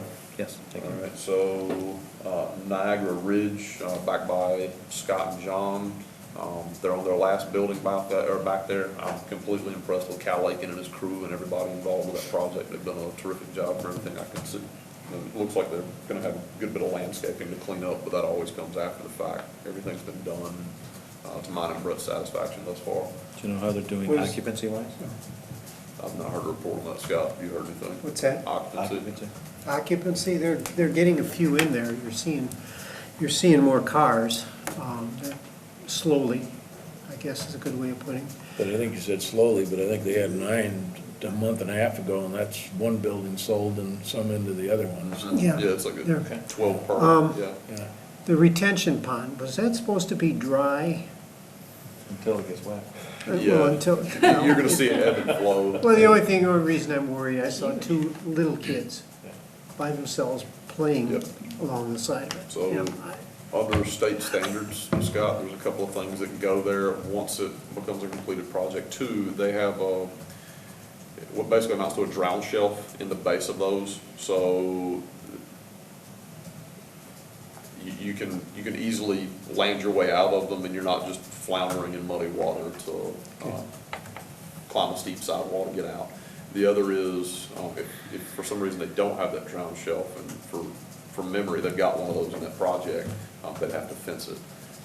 We did discuss some kind of a fountain feature there. If it was going to be wet, that may be something we need to revisit. I was concerned about mosquitoes agree. when we looked Yep. at it. Well, it's My growing, next- it's growing weeds it's- now, yeah. or willows or whatever, but it's Has it been wet at all? It's still full of wet. water, still wet, and I think, I think when they did it, they put a whole bunch of clay, underneath that bottom. Yeah. Because that used to drain, it doesn't drain anymore, every time you have a rain, it goes into there, but there's always standing water there. Okay. A couple of months ago, when one of my labs went in there, it was deep enough to swim. Let's put it that way. Okay. Next item up, wayfinding signage. We do have state-approved plans for that. That'll come back to parks. I now have the maps from Jamie to make those presentations. We'll consider bids at one of those meetings and then bring that back to finance and the board for approval, should that be the outcome of those meetings. The bronze site, guys, this takes almost all my time, almost every day. And there are really subtle details of those things to coordinate between engineers and project developers that I think we'll have an excellent project in the end, but the devil's in the details. Right now, we're dealing with the phase 1 and phase 2 studies on lots 4 and 5 and delving through all of the fun things that come along with that at the attorney level. And we're cross-coordinating with engineers to have everybody leave, hopefully feeling warm and fuzzy as a result of those interactions. So what are you gonna do with all the parking that's not gonna be there? We're gonna build that 6-story parking deck that I keep hearing Yeah, about. Yeah, that's- out that this that rumor, I yeah. just wanna make sure that's what we were doing. Yeah, it is. way. Mark my words, I'll make it back. Well, it's already come around, we're already doing that, A but couple of things that we've done at the staff level is to engage in striping out here. We talked to Chris Heck, said, Chris, how do you envision this being used for emergency management purposes? It's striped on both sides of the road as you get closer to Bayshore Drive, up to the Braun property, and then we now have it dropped to just the west side of the road, which is this side of the road the station's on, to hopefully help train people this year. As parking gets congested, they'll start to park up this way.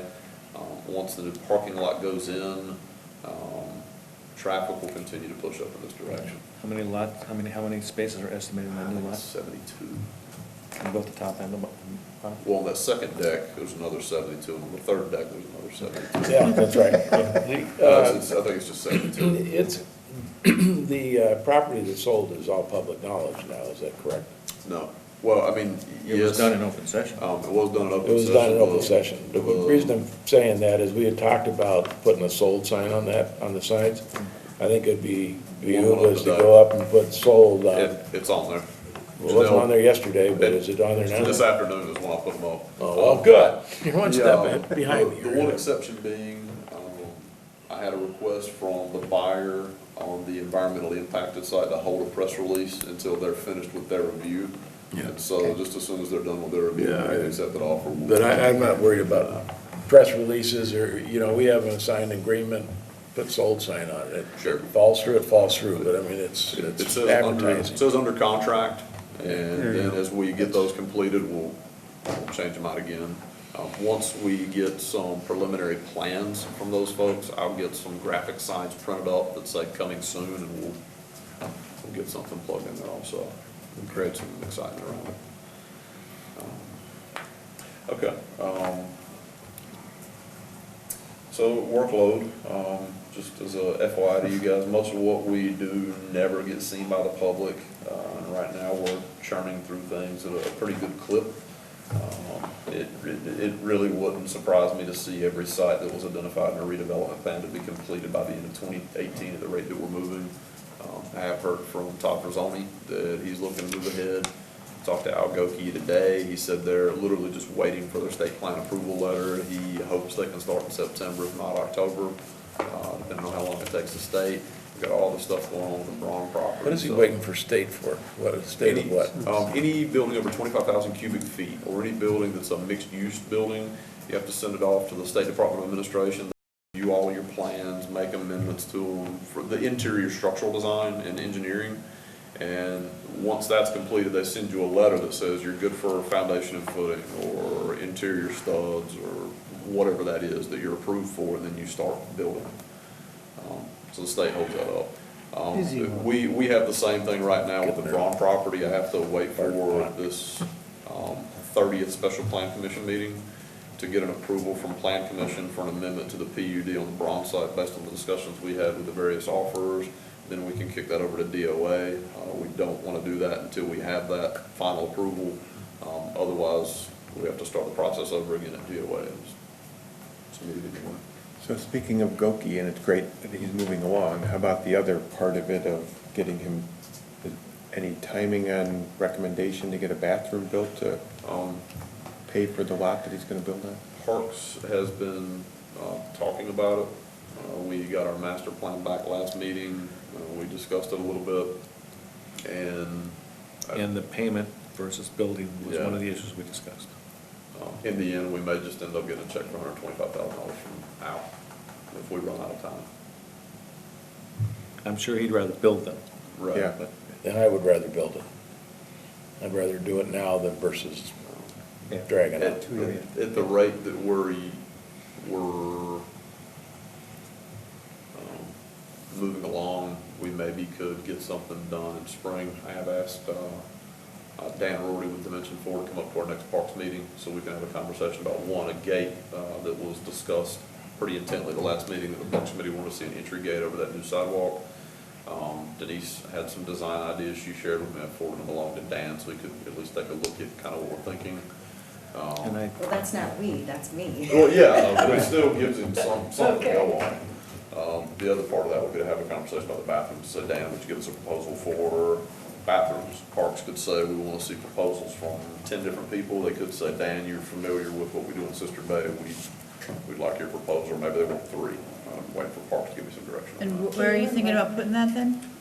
Um, If it's not part of the Goki? There were 3 different areas we kind of looked at Parks. We're getting some They- further information Yeah. before we Okay. actually choose a site. Okay. And it has to do with closing off Post Okay. Office Lane. Okay. Yeah.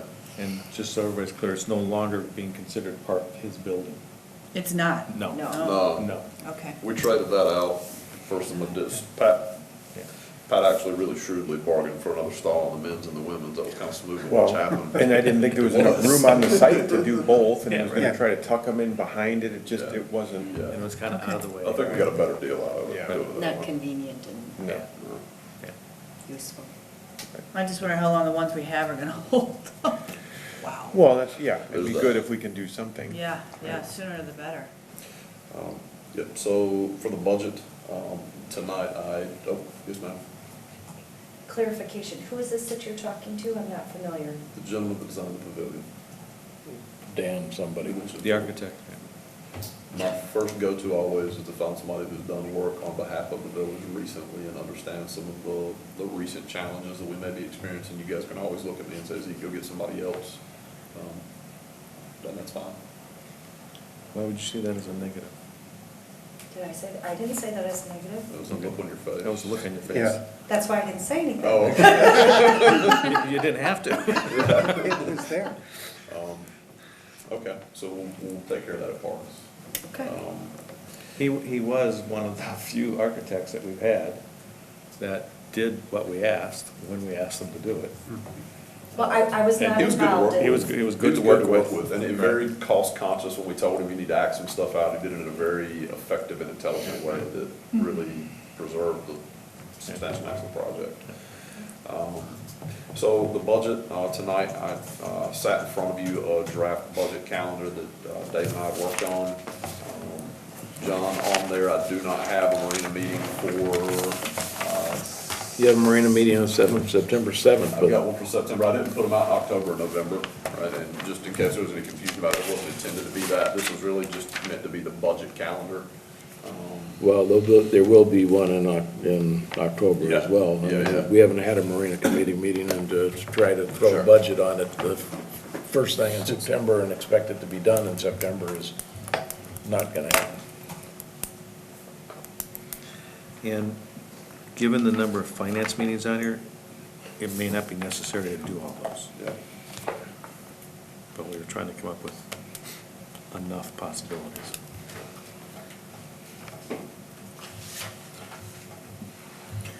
So I'm curious, to see August 31st, CIP initial public hearing. Is that 9 AM? I work. I cannot make that. And so we had a meeting, we put sheets in. Is there gonna be more discussion at this level as to priority, amount? I mean, to go to a public hearing, I don't know what we're talking about yet. The thought process behind that. Was to have the finance meeting, and at the finance meeting, then determine when we were gonna have the public hearing. Kick it up. It wasn't to hold it on the 31st. Oh, okay. There's not enough time to do I that. can't make that either. Right. So, what if it was later?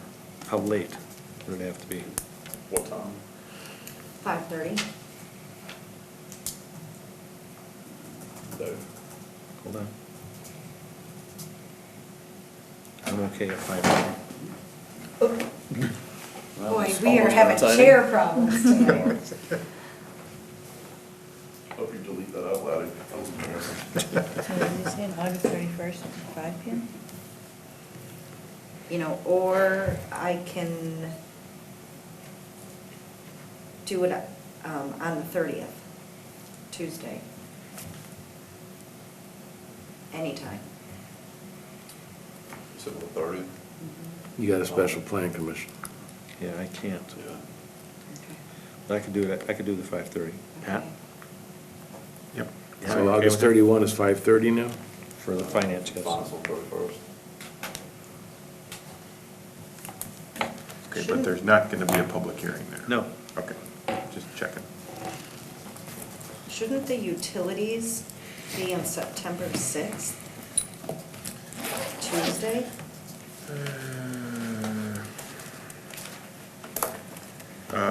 I have on my calendar that we scheduled that for the 20th, because there's something we're waiting for. Something, That yeah. was, with the project, and we've got, Brown project and the utility stuff, and they've got like a 90% copy of that now.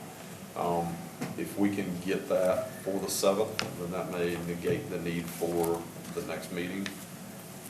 I gotta talk to Mike and get it worked out.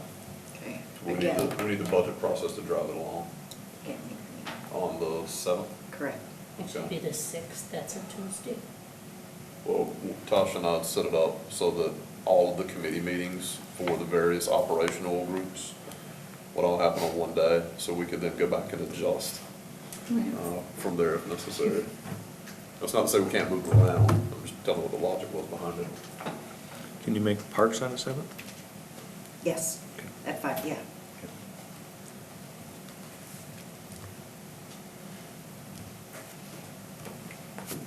You got Marina on September 7th, that's usually on a Tuesday. Is there a reason you moved it to a Wednesday? The same thing I just said, that if we can get all of those operational committees done just for the budget discussion on one day, then that allows us to move everything ahead to the finance committee level.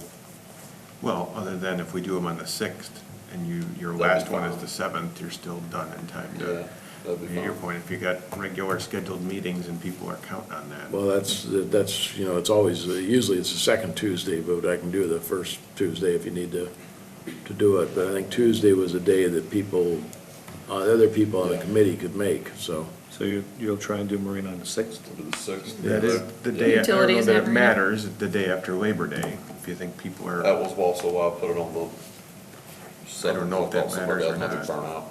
Well, see, the normal would be the 13th. right. So but you want it before Yeah. that, Finance. then, You okay with the 6th, John? Denise, does the 6th work for you and utilities? Tuesday, Tuesday right the now 6th. is my day off. So yes, Tuesdays work. Is it okay if we move both of those to the 6th, and then we have parks on the 7th? You still want parks on the 7th? And then we can move that to the 6th too, No, I can't. can on the 6th, all right. Parks, you can't? No, I can't, So I the can't, 7th stays. Tuesdays, I just can't do Tuesdays. So utilities and marine are on the 6th. well, I'm thinking of what Pat said, being the day after Labor Day on that. I wonder if we're better doing, if especially we're doing it since a week earlier, if we move it to the 7th, might be better. You're gonna have a Well, if marina your finance manager meeting that's is the gonna be Friday. 14th, can we keep the 13th? It's still before the 14th. It's hard to turn it around that quick, because we're getting out of the meeting at 5 o'clock in the afternoon, and then we gotta make adjustments and have that ready for you at 9 AM the next morning. Okay, all right, so just keep it on the 7th? Yeah, keep it at 7th, and we'll talk to him about it being special. I mean, the day after Memorial Day weekend's gonna be tough. Okay, I won't be at utilities then. But Okay, so- Utilities was the 6th, marina was the 7th. Okay.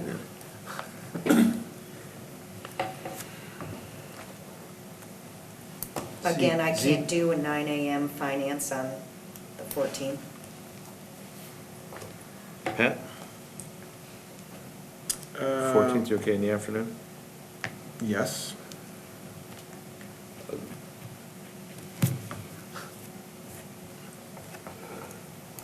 Five 5:30? How about Tuesdays, guys? Tuesdays, I can't do You can't Tuesdays. do. Cannot do Tuesdays.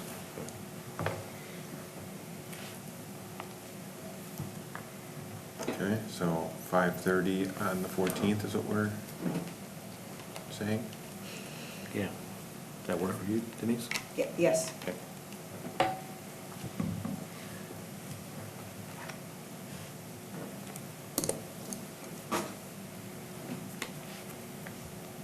Okay, I'll talk to Mike about that utilities meeting. Okay. 22nd. Finance. Does it have to be at night also? It's a morning meeting at 8 AM. I know, does it have to be at night? Does it have to be at 5:30?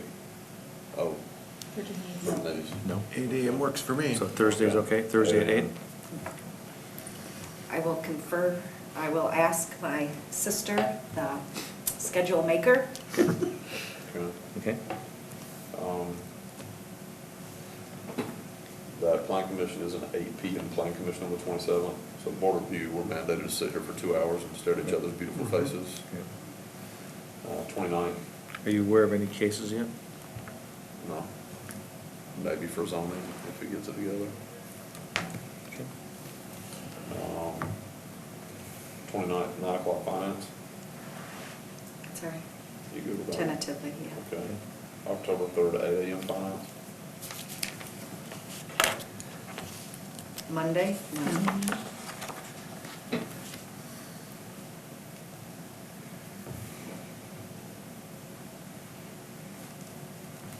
Okay, so you want to make it? Tuesday. 4th. That's fine.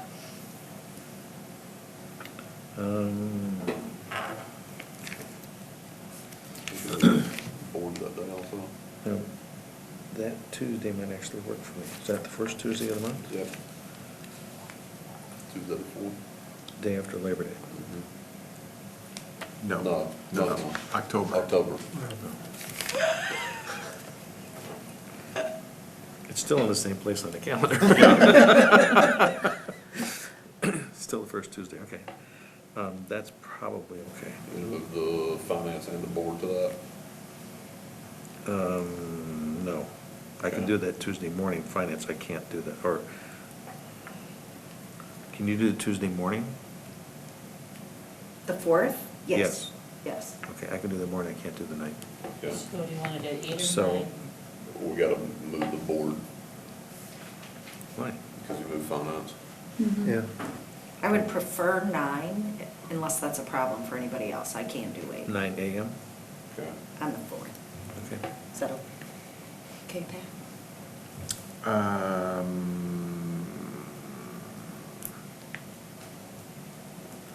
Later in the day would be better.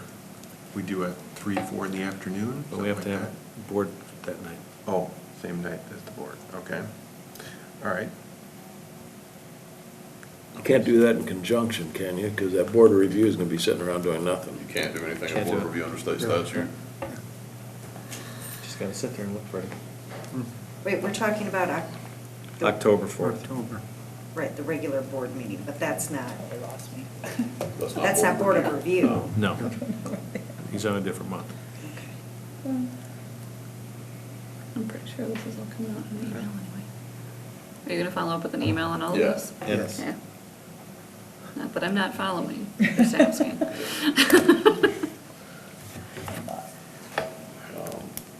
Okay, so November 1, the idea Wait, of. wait. Sorry. Let's stick with October. Are we okay for the 4th at 9 AM with finance? I can do 8. 8 would be better. Okay, that's Okay. fine. That's Yeah. fine. 8, okay. And then the board is moved to that day also. Okay. Is that correct? 6 o'clock? Yeah. Yes. Okay. For October 3rd? 4th. October 4th. Yes. Parks and Plan Commission, those are the normal dates. So October board's gonna be on the 4th or the 3rd? 4th.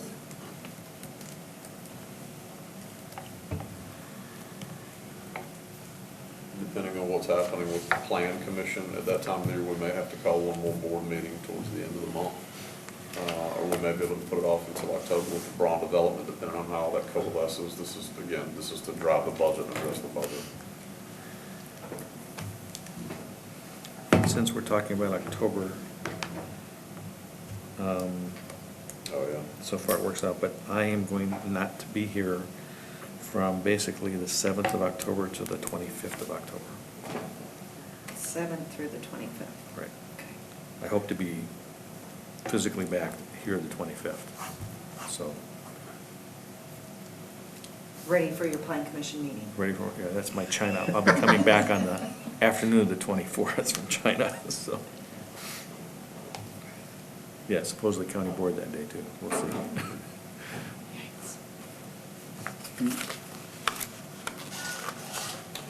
Okay, So then November 1 and 6 would be budget adoption by the village board. that would also be public hearing? Yeah. Can that go? Well, to I'm the- sorry, you're required to have a public hearing 2 weeks before adoption. So the public hearing would be. Your public hearing's on the 4th Of, of October. Okay. Yeah, Tasha? Can that November 1st become a different date? What date do Like you what? need? Like the 8th? Yeah, I've built in 2 weeks of fluff there in case we had something to hit. Okay.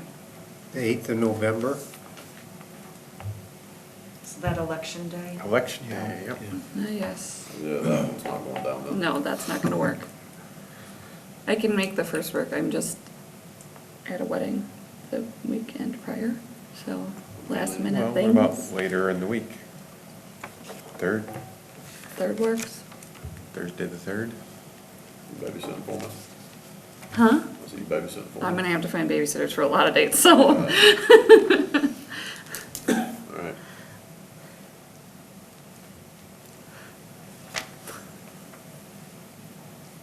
So you're changing that to the 3rd? I was just throwing that out. I mean, if the That 1st works for isn't me. viable. 3rd works. I think I might have a problem, but I just may not have to be there then. okay, so what are we doing, the 3rd? November 3rd, 6 o'clock, budget adoption by village board.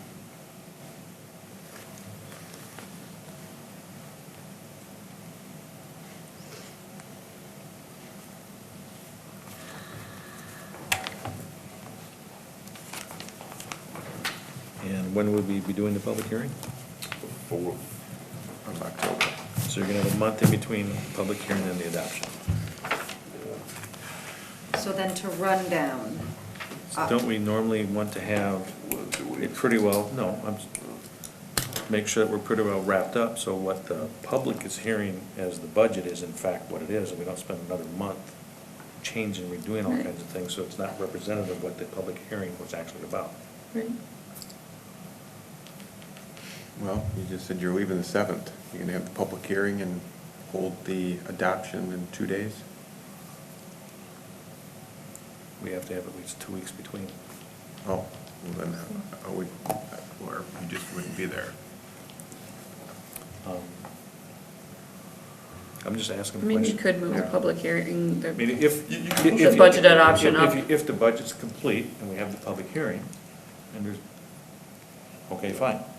But since there's a month, I'm just trying to make the point, it's not like we have an extra month to change the Right. budget. Once you go to public hearing, it's gonna be pretty well set. right. So what we could do is looking at the November 3rd, we move the public hearing to November 3rd and have one more kick at it, like by the November's goes quick. November. Or you could move up 15th. the adoption to October 25th, 26th. He's out. He said he's back on the 25th. Yeah, I'll be back on the 25th. The plan is to be back on the 25th. I need to check state statutes on adoption. I know we can adopt in November. I don't know how early you can adopt it. Okay.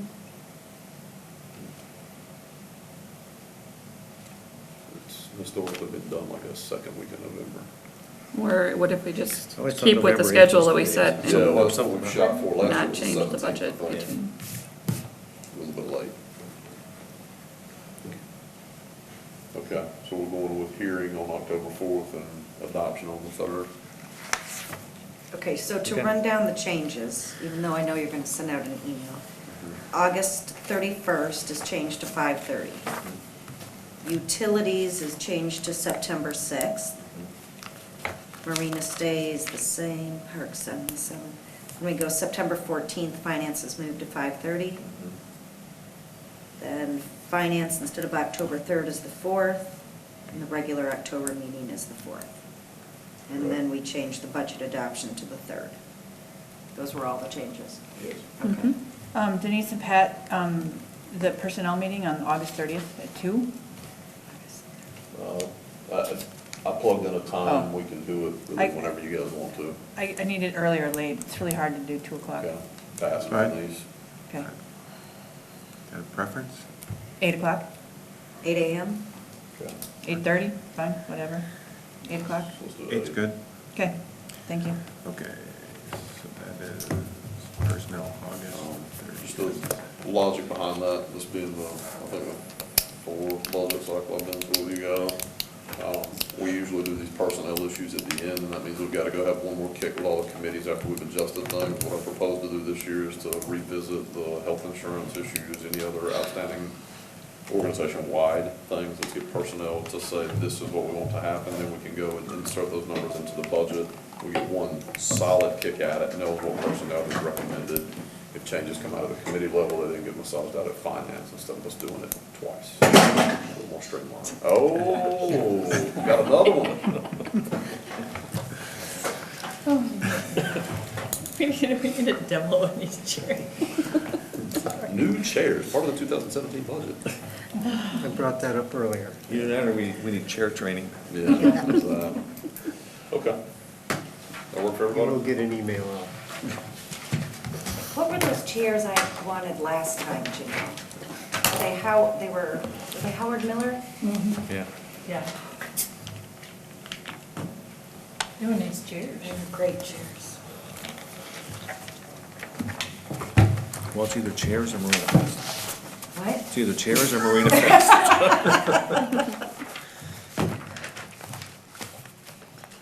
Okay. No, let's do that last. That way Laddie can back up and we can take our break. Yeah. Committee reports. Admin has not met. Reserve has not met. Coastal byways. Coastal Byways, you got your coloring books. Yeah, they were distributed and, Don't colors come with them? They were in my car for like 2 weeks, I didn't want them to melt, so I didn't bring any grams, I'm sorry.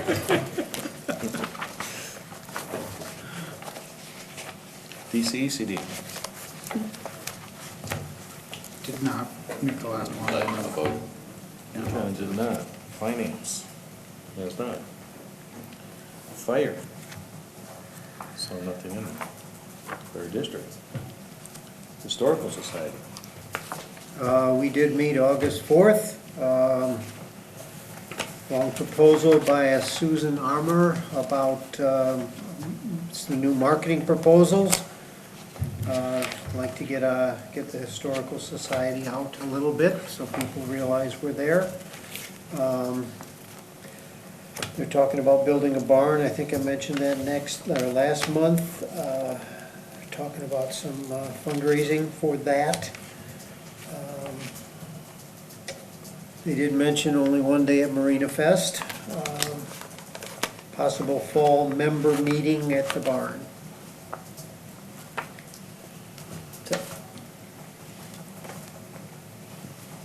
Questions? Library. You have minutes from July 12th, and unfortunately, I did not make the meeting today, I'm sorry. So, I'm sure they had some discussion about Marina Fest and the book sale, and. They are going to be at Marina Fest for the book sale. Yes, definitely, definitely. And as of July 12th, they were working on signage, and everything's going well. Sorting was going well, and Dixie was helping them sort, and so, I'm sorry, just couldn't get there today. Marina Fest. Marina has not met. Marina Fest. Pat? Has met, on track, Gonna happen. this year anyway. Parks. There's several minutes in there. The question I have on, I believe it was the joint meeting, where it was agreed to that Chris and Zeke were going to be doing some survey work, and then I saw in subsequent minutes that it was done and it was passed out to SBAA. Yes. Do we have a copy of it? Chris got me a copy of it, come to the next Parks meeting. And then there was a question, maybe it was Kathy, about the light poles, banner? Yeah, and Janelle did forward me some information, and I'm gonna sit down and talk to Chris Mulligan about that, and kind of just Okay. get a plan. So that was clarified by Denise, by Janelle, and I'm gonna work on that. Okay. Personnel? Hasn't it? Oh, Parks, Parks. page 54, line 1 and line 6, Kurt Rice's name is spelled with a C. Yep. Okay.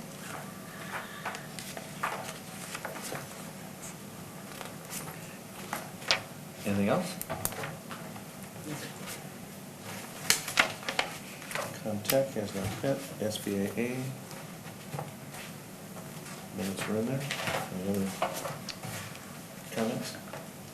Did we have another SBA meeting since, yes. It was a joint one, I think, it was the last one we were. Well, you had one immediately after that. And then August 4th.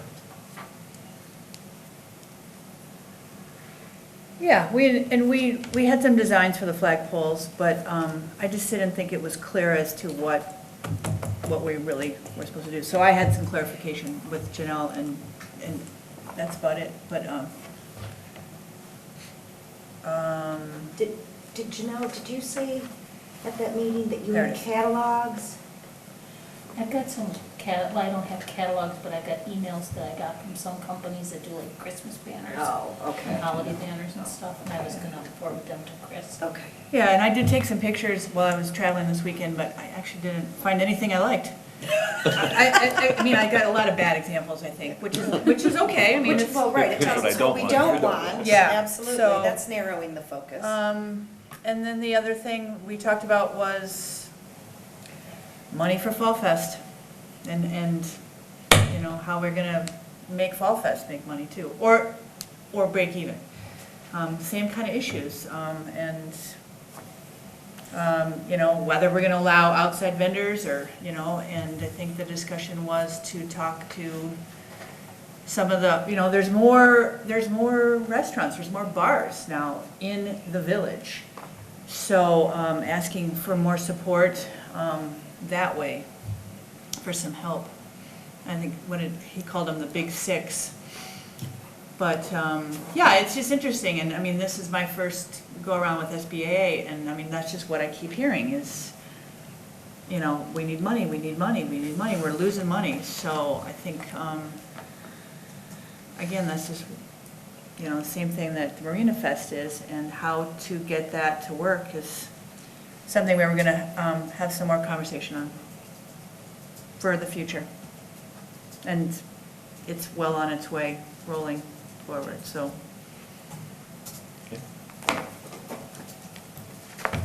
Let's get Planning Commission before. There are minutes in here on page 57 for Planning Commission. Oh, can I say one more thing? How did the Festival of the Arts go this weekend? I wasn't here. Ron told me that he lost 4 vendors in the morning because it was raining. Oh, okay. And, but the rest of everybody that hung out, you know, in soaking wet shoes and whatever, did well. They were pleased. Okay, So- good. Was it down in size? Seems to me Fall Fest used to have a lot more tents than I saw up there. I mean, Or not Fall Festival of Festival, the Arts. Festival of Arts. No, he had, from what I recollect, he said he had the same amount as what he had last year. Yeah. It looks different because of the placement. Last year, I think, was the first year that it was held north of the Village Hall. Yeah. You know, so it might, and then, you know, 4 people, maybe their tents were up and they took them down, or maybe they didn't even set up the day before, I don't know, but he did lose those 4. Oh, thanks for, And the traffic backed up the top of the hill was the same or longer from last year. I mean, they were backed up down to the station. Yeah. in the morning, wow. Well, and Which is a James, fairly common occurrence this year. James Grassy was in, and he said that he had a really great Saturday, and he's like, I don't know what that Festival of the Arts is, but I like it. This was funny. Okay, Youth Center. Youth Center. Youth Center minutes from July 5th are here. We did also have a meeting in August. Things are going well. We are not going to be open for the 3rd or more Labor Day weekend because the kids do some of the Marina Fest activities, the jewelry making with Mr. Choudoir, and they're going to continue having the youth center open every Saturday through the fall. Do you still need chaperones? We still need chaperones. Discussion has been whether we can hire somebody. And we discussed that with possibly maybe adding that to the beach attendance. And that would be great if we could do that, and have somebody there scheduled every time showing up, instead of relying on volunteers who, May or may not. yeah. And that just puts a burden on myself and Shannon and one other person to, you know, chaperone, and that makes it hard. So just have somebody reliable to be there would be very helpful. Tourism Zone. Did not meet. It's just coming Thursday right here. But there's a lot of minutes. There's a lot of. I read a lot of. A lot of stuff A lot of going stuff going on. Utility. We did have a meeting. I think Stacy took notes. Maybe their minutes they're not in here, but status quo, I think everything's fine, nothing Mentioned the special. mentioned the fire hydrant. Well, there was damage to a fire hydrant of a illegal person in a Illegal unregistered car car, from and Chicago. so there's a bill, $1,000 or something to fix a fire hydrant that somebody damaged, that they've got no way to find the person, or nobody with insurance to charge. I just find it humorous, that's it. Yeah. As far as those utility minutes go, Stacy's got them done, but I Okay. haven't had a chance to proofread them yet. Okay. So, Admin has not met. Okay, we're gonna go into closed session, so how about if we take a 10-minute break, like Laddie pack up? Should I make that motion now? Yeah, we probably should. We'll recess after we break in.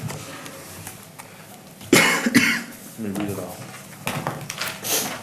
Make a motion to convene an executive session pursuant to Wisconsin Stats 19.81, sub 1, sub G, conferring with legal counsel for governmental body, rendering oral or written advice concerning strategy to be adopted by the body with respect to litigation which it is likely or will become involved with. Wisconsin statutes 19.81, 85(1)E, deliberating, negotiating, purchase of public properties, investing public funds, conducting unspecified public business, whenever competitive bargaining reasons require a closed session. Motion by Lino. Second. Lino, yes. Baker. Yes. Duffy, yes. Oh, yes. And Chris, yes. Close, yes. Baker, yes? Now, closed session, we're gonna take a 10-minute recess.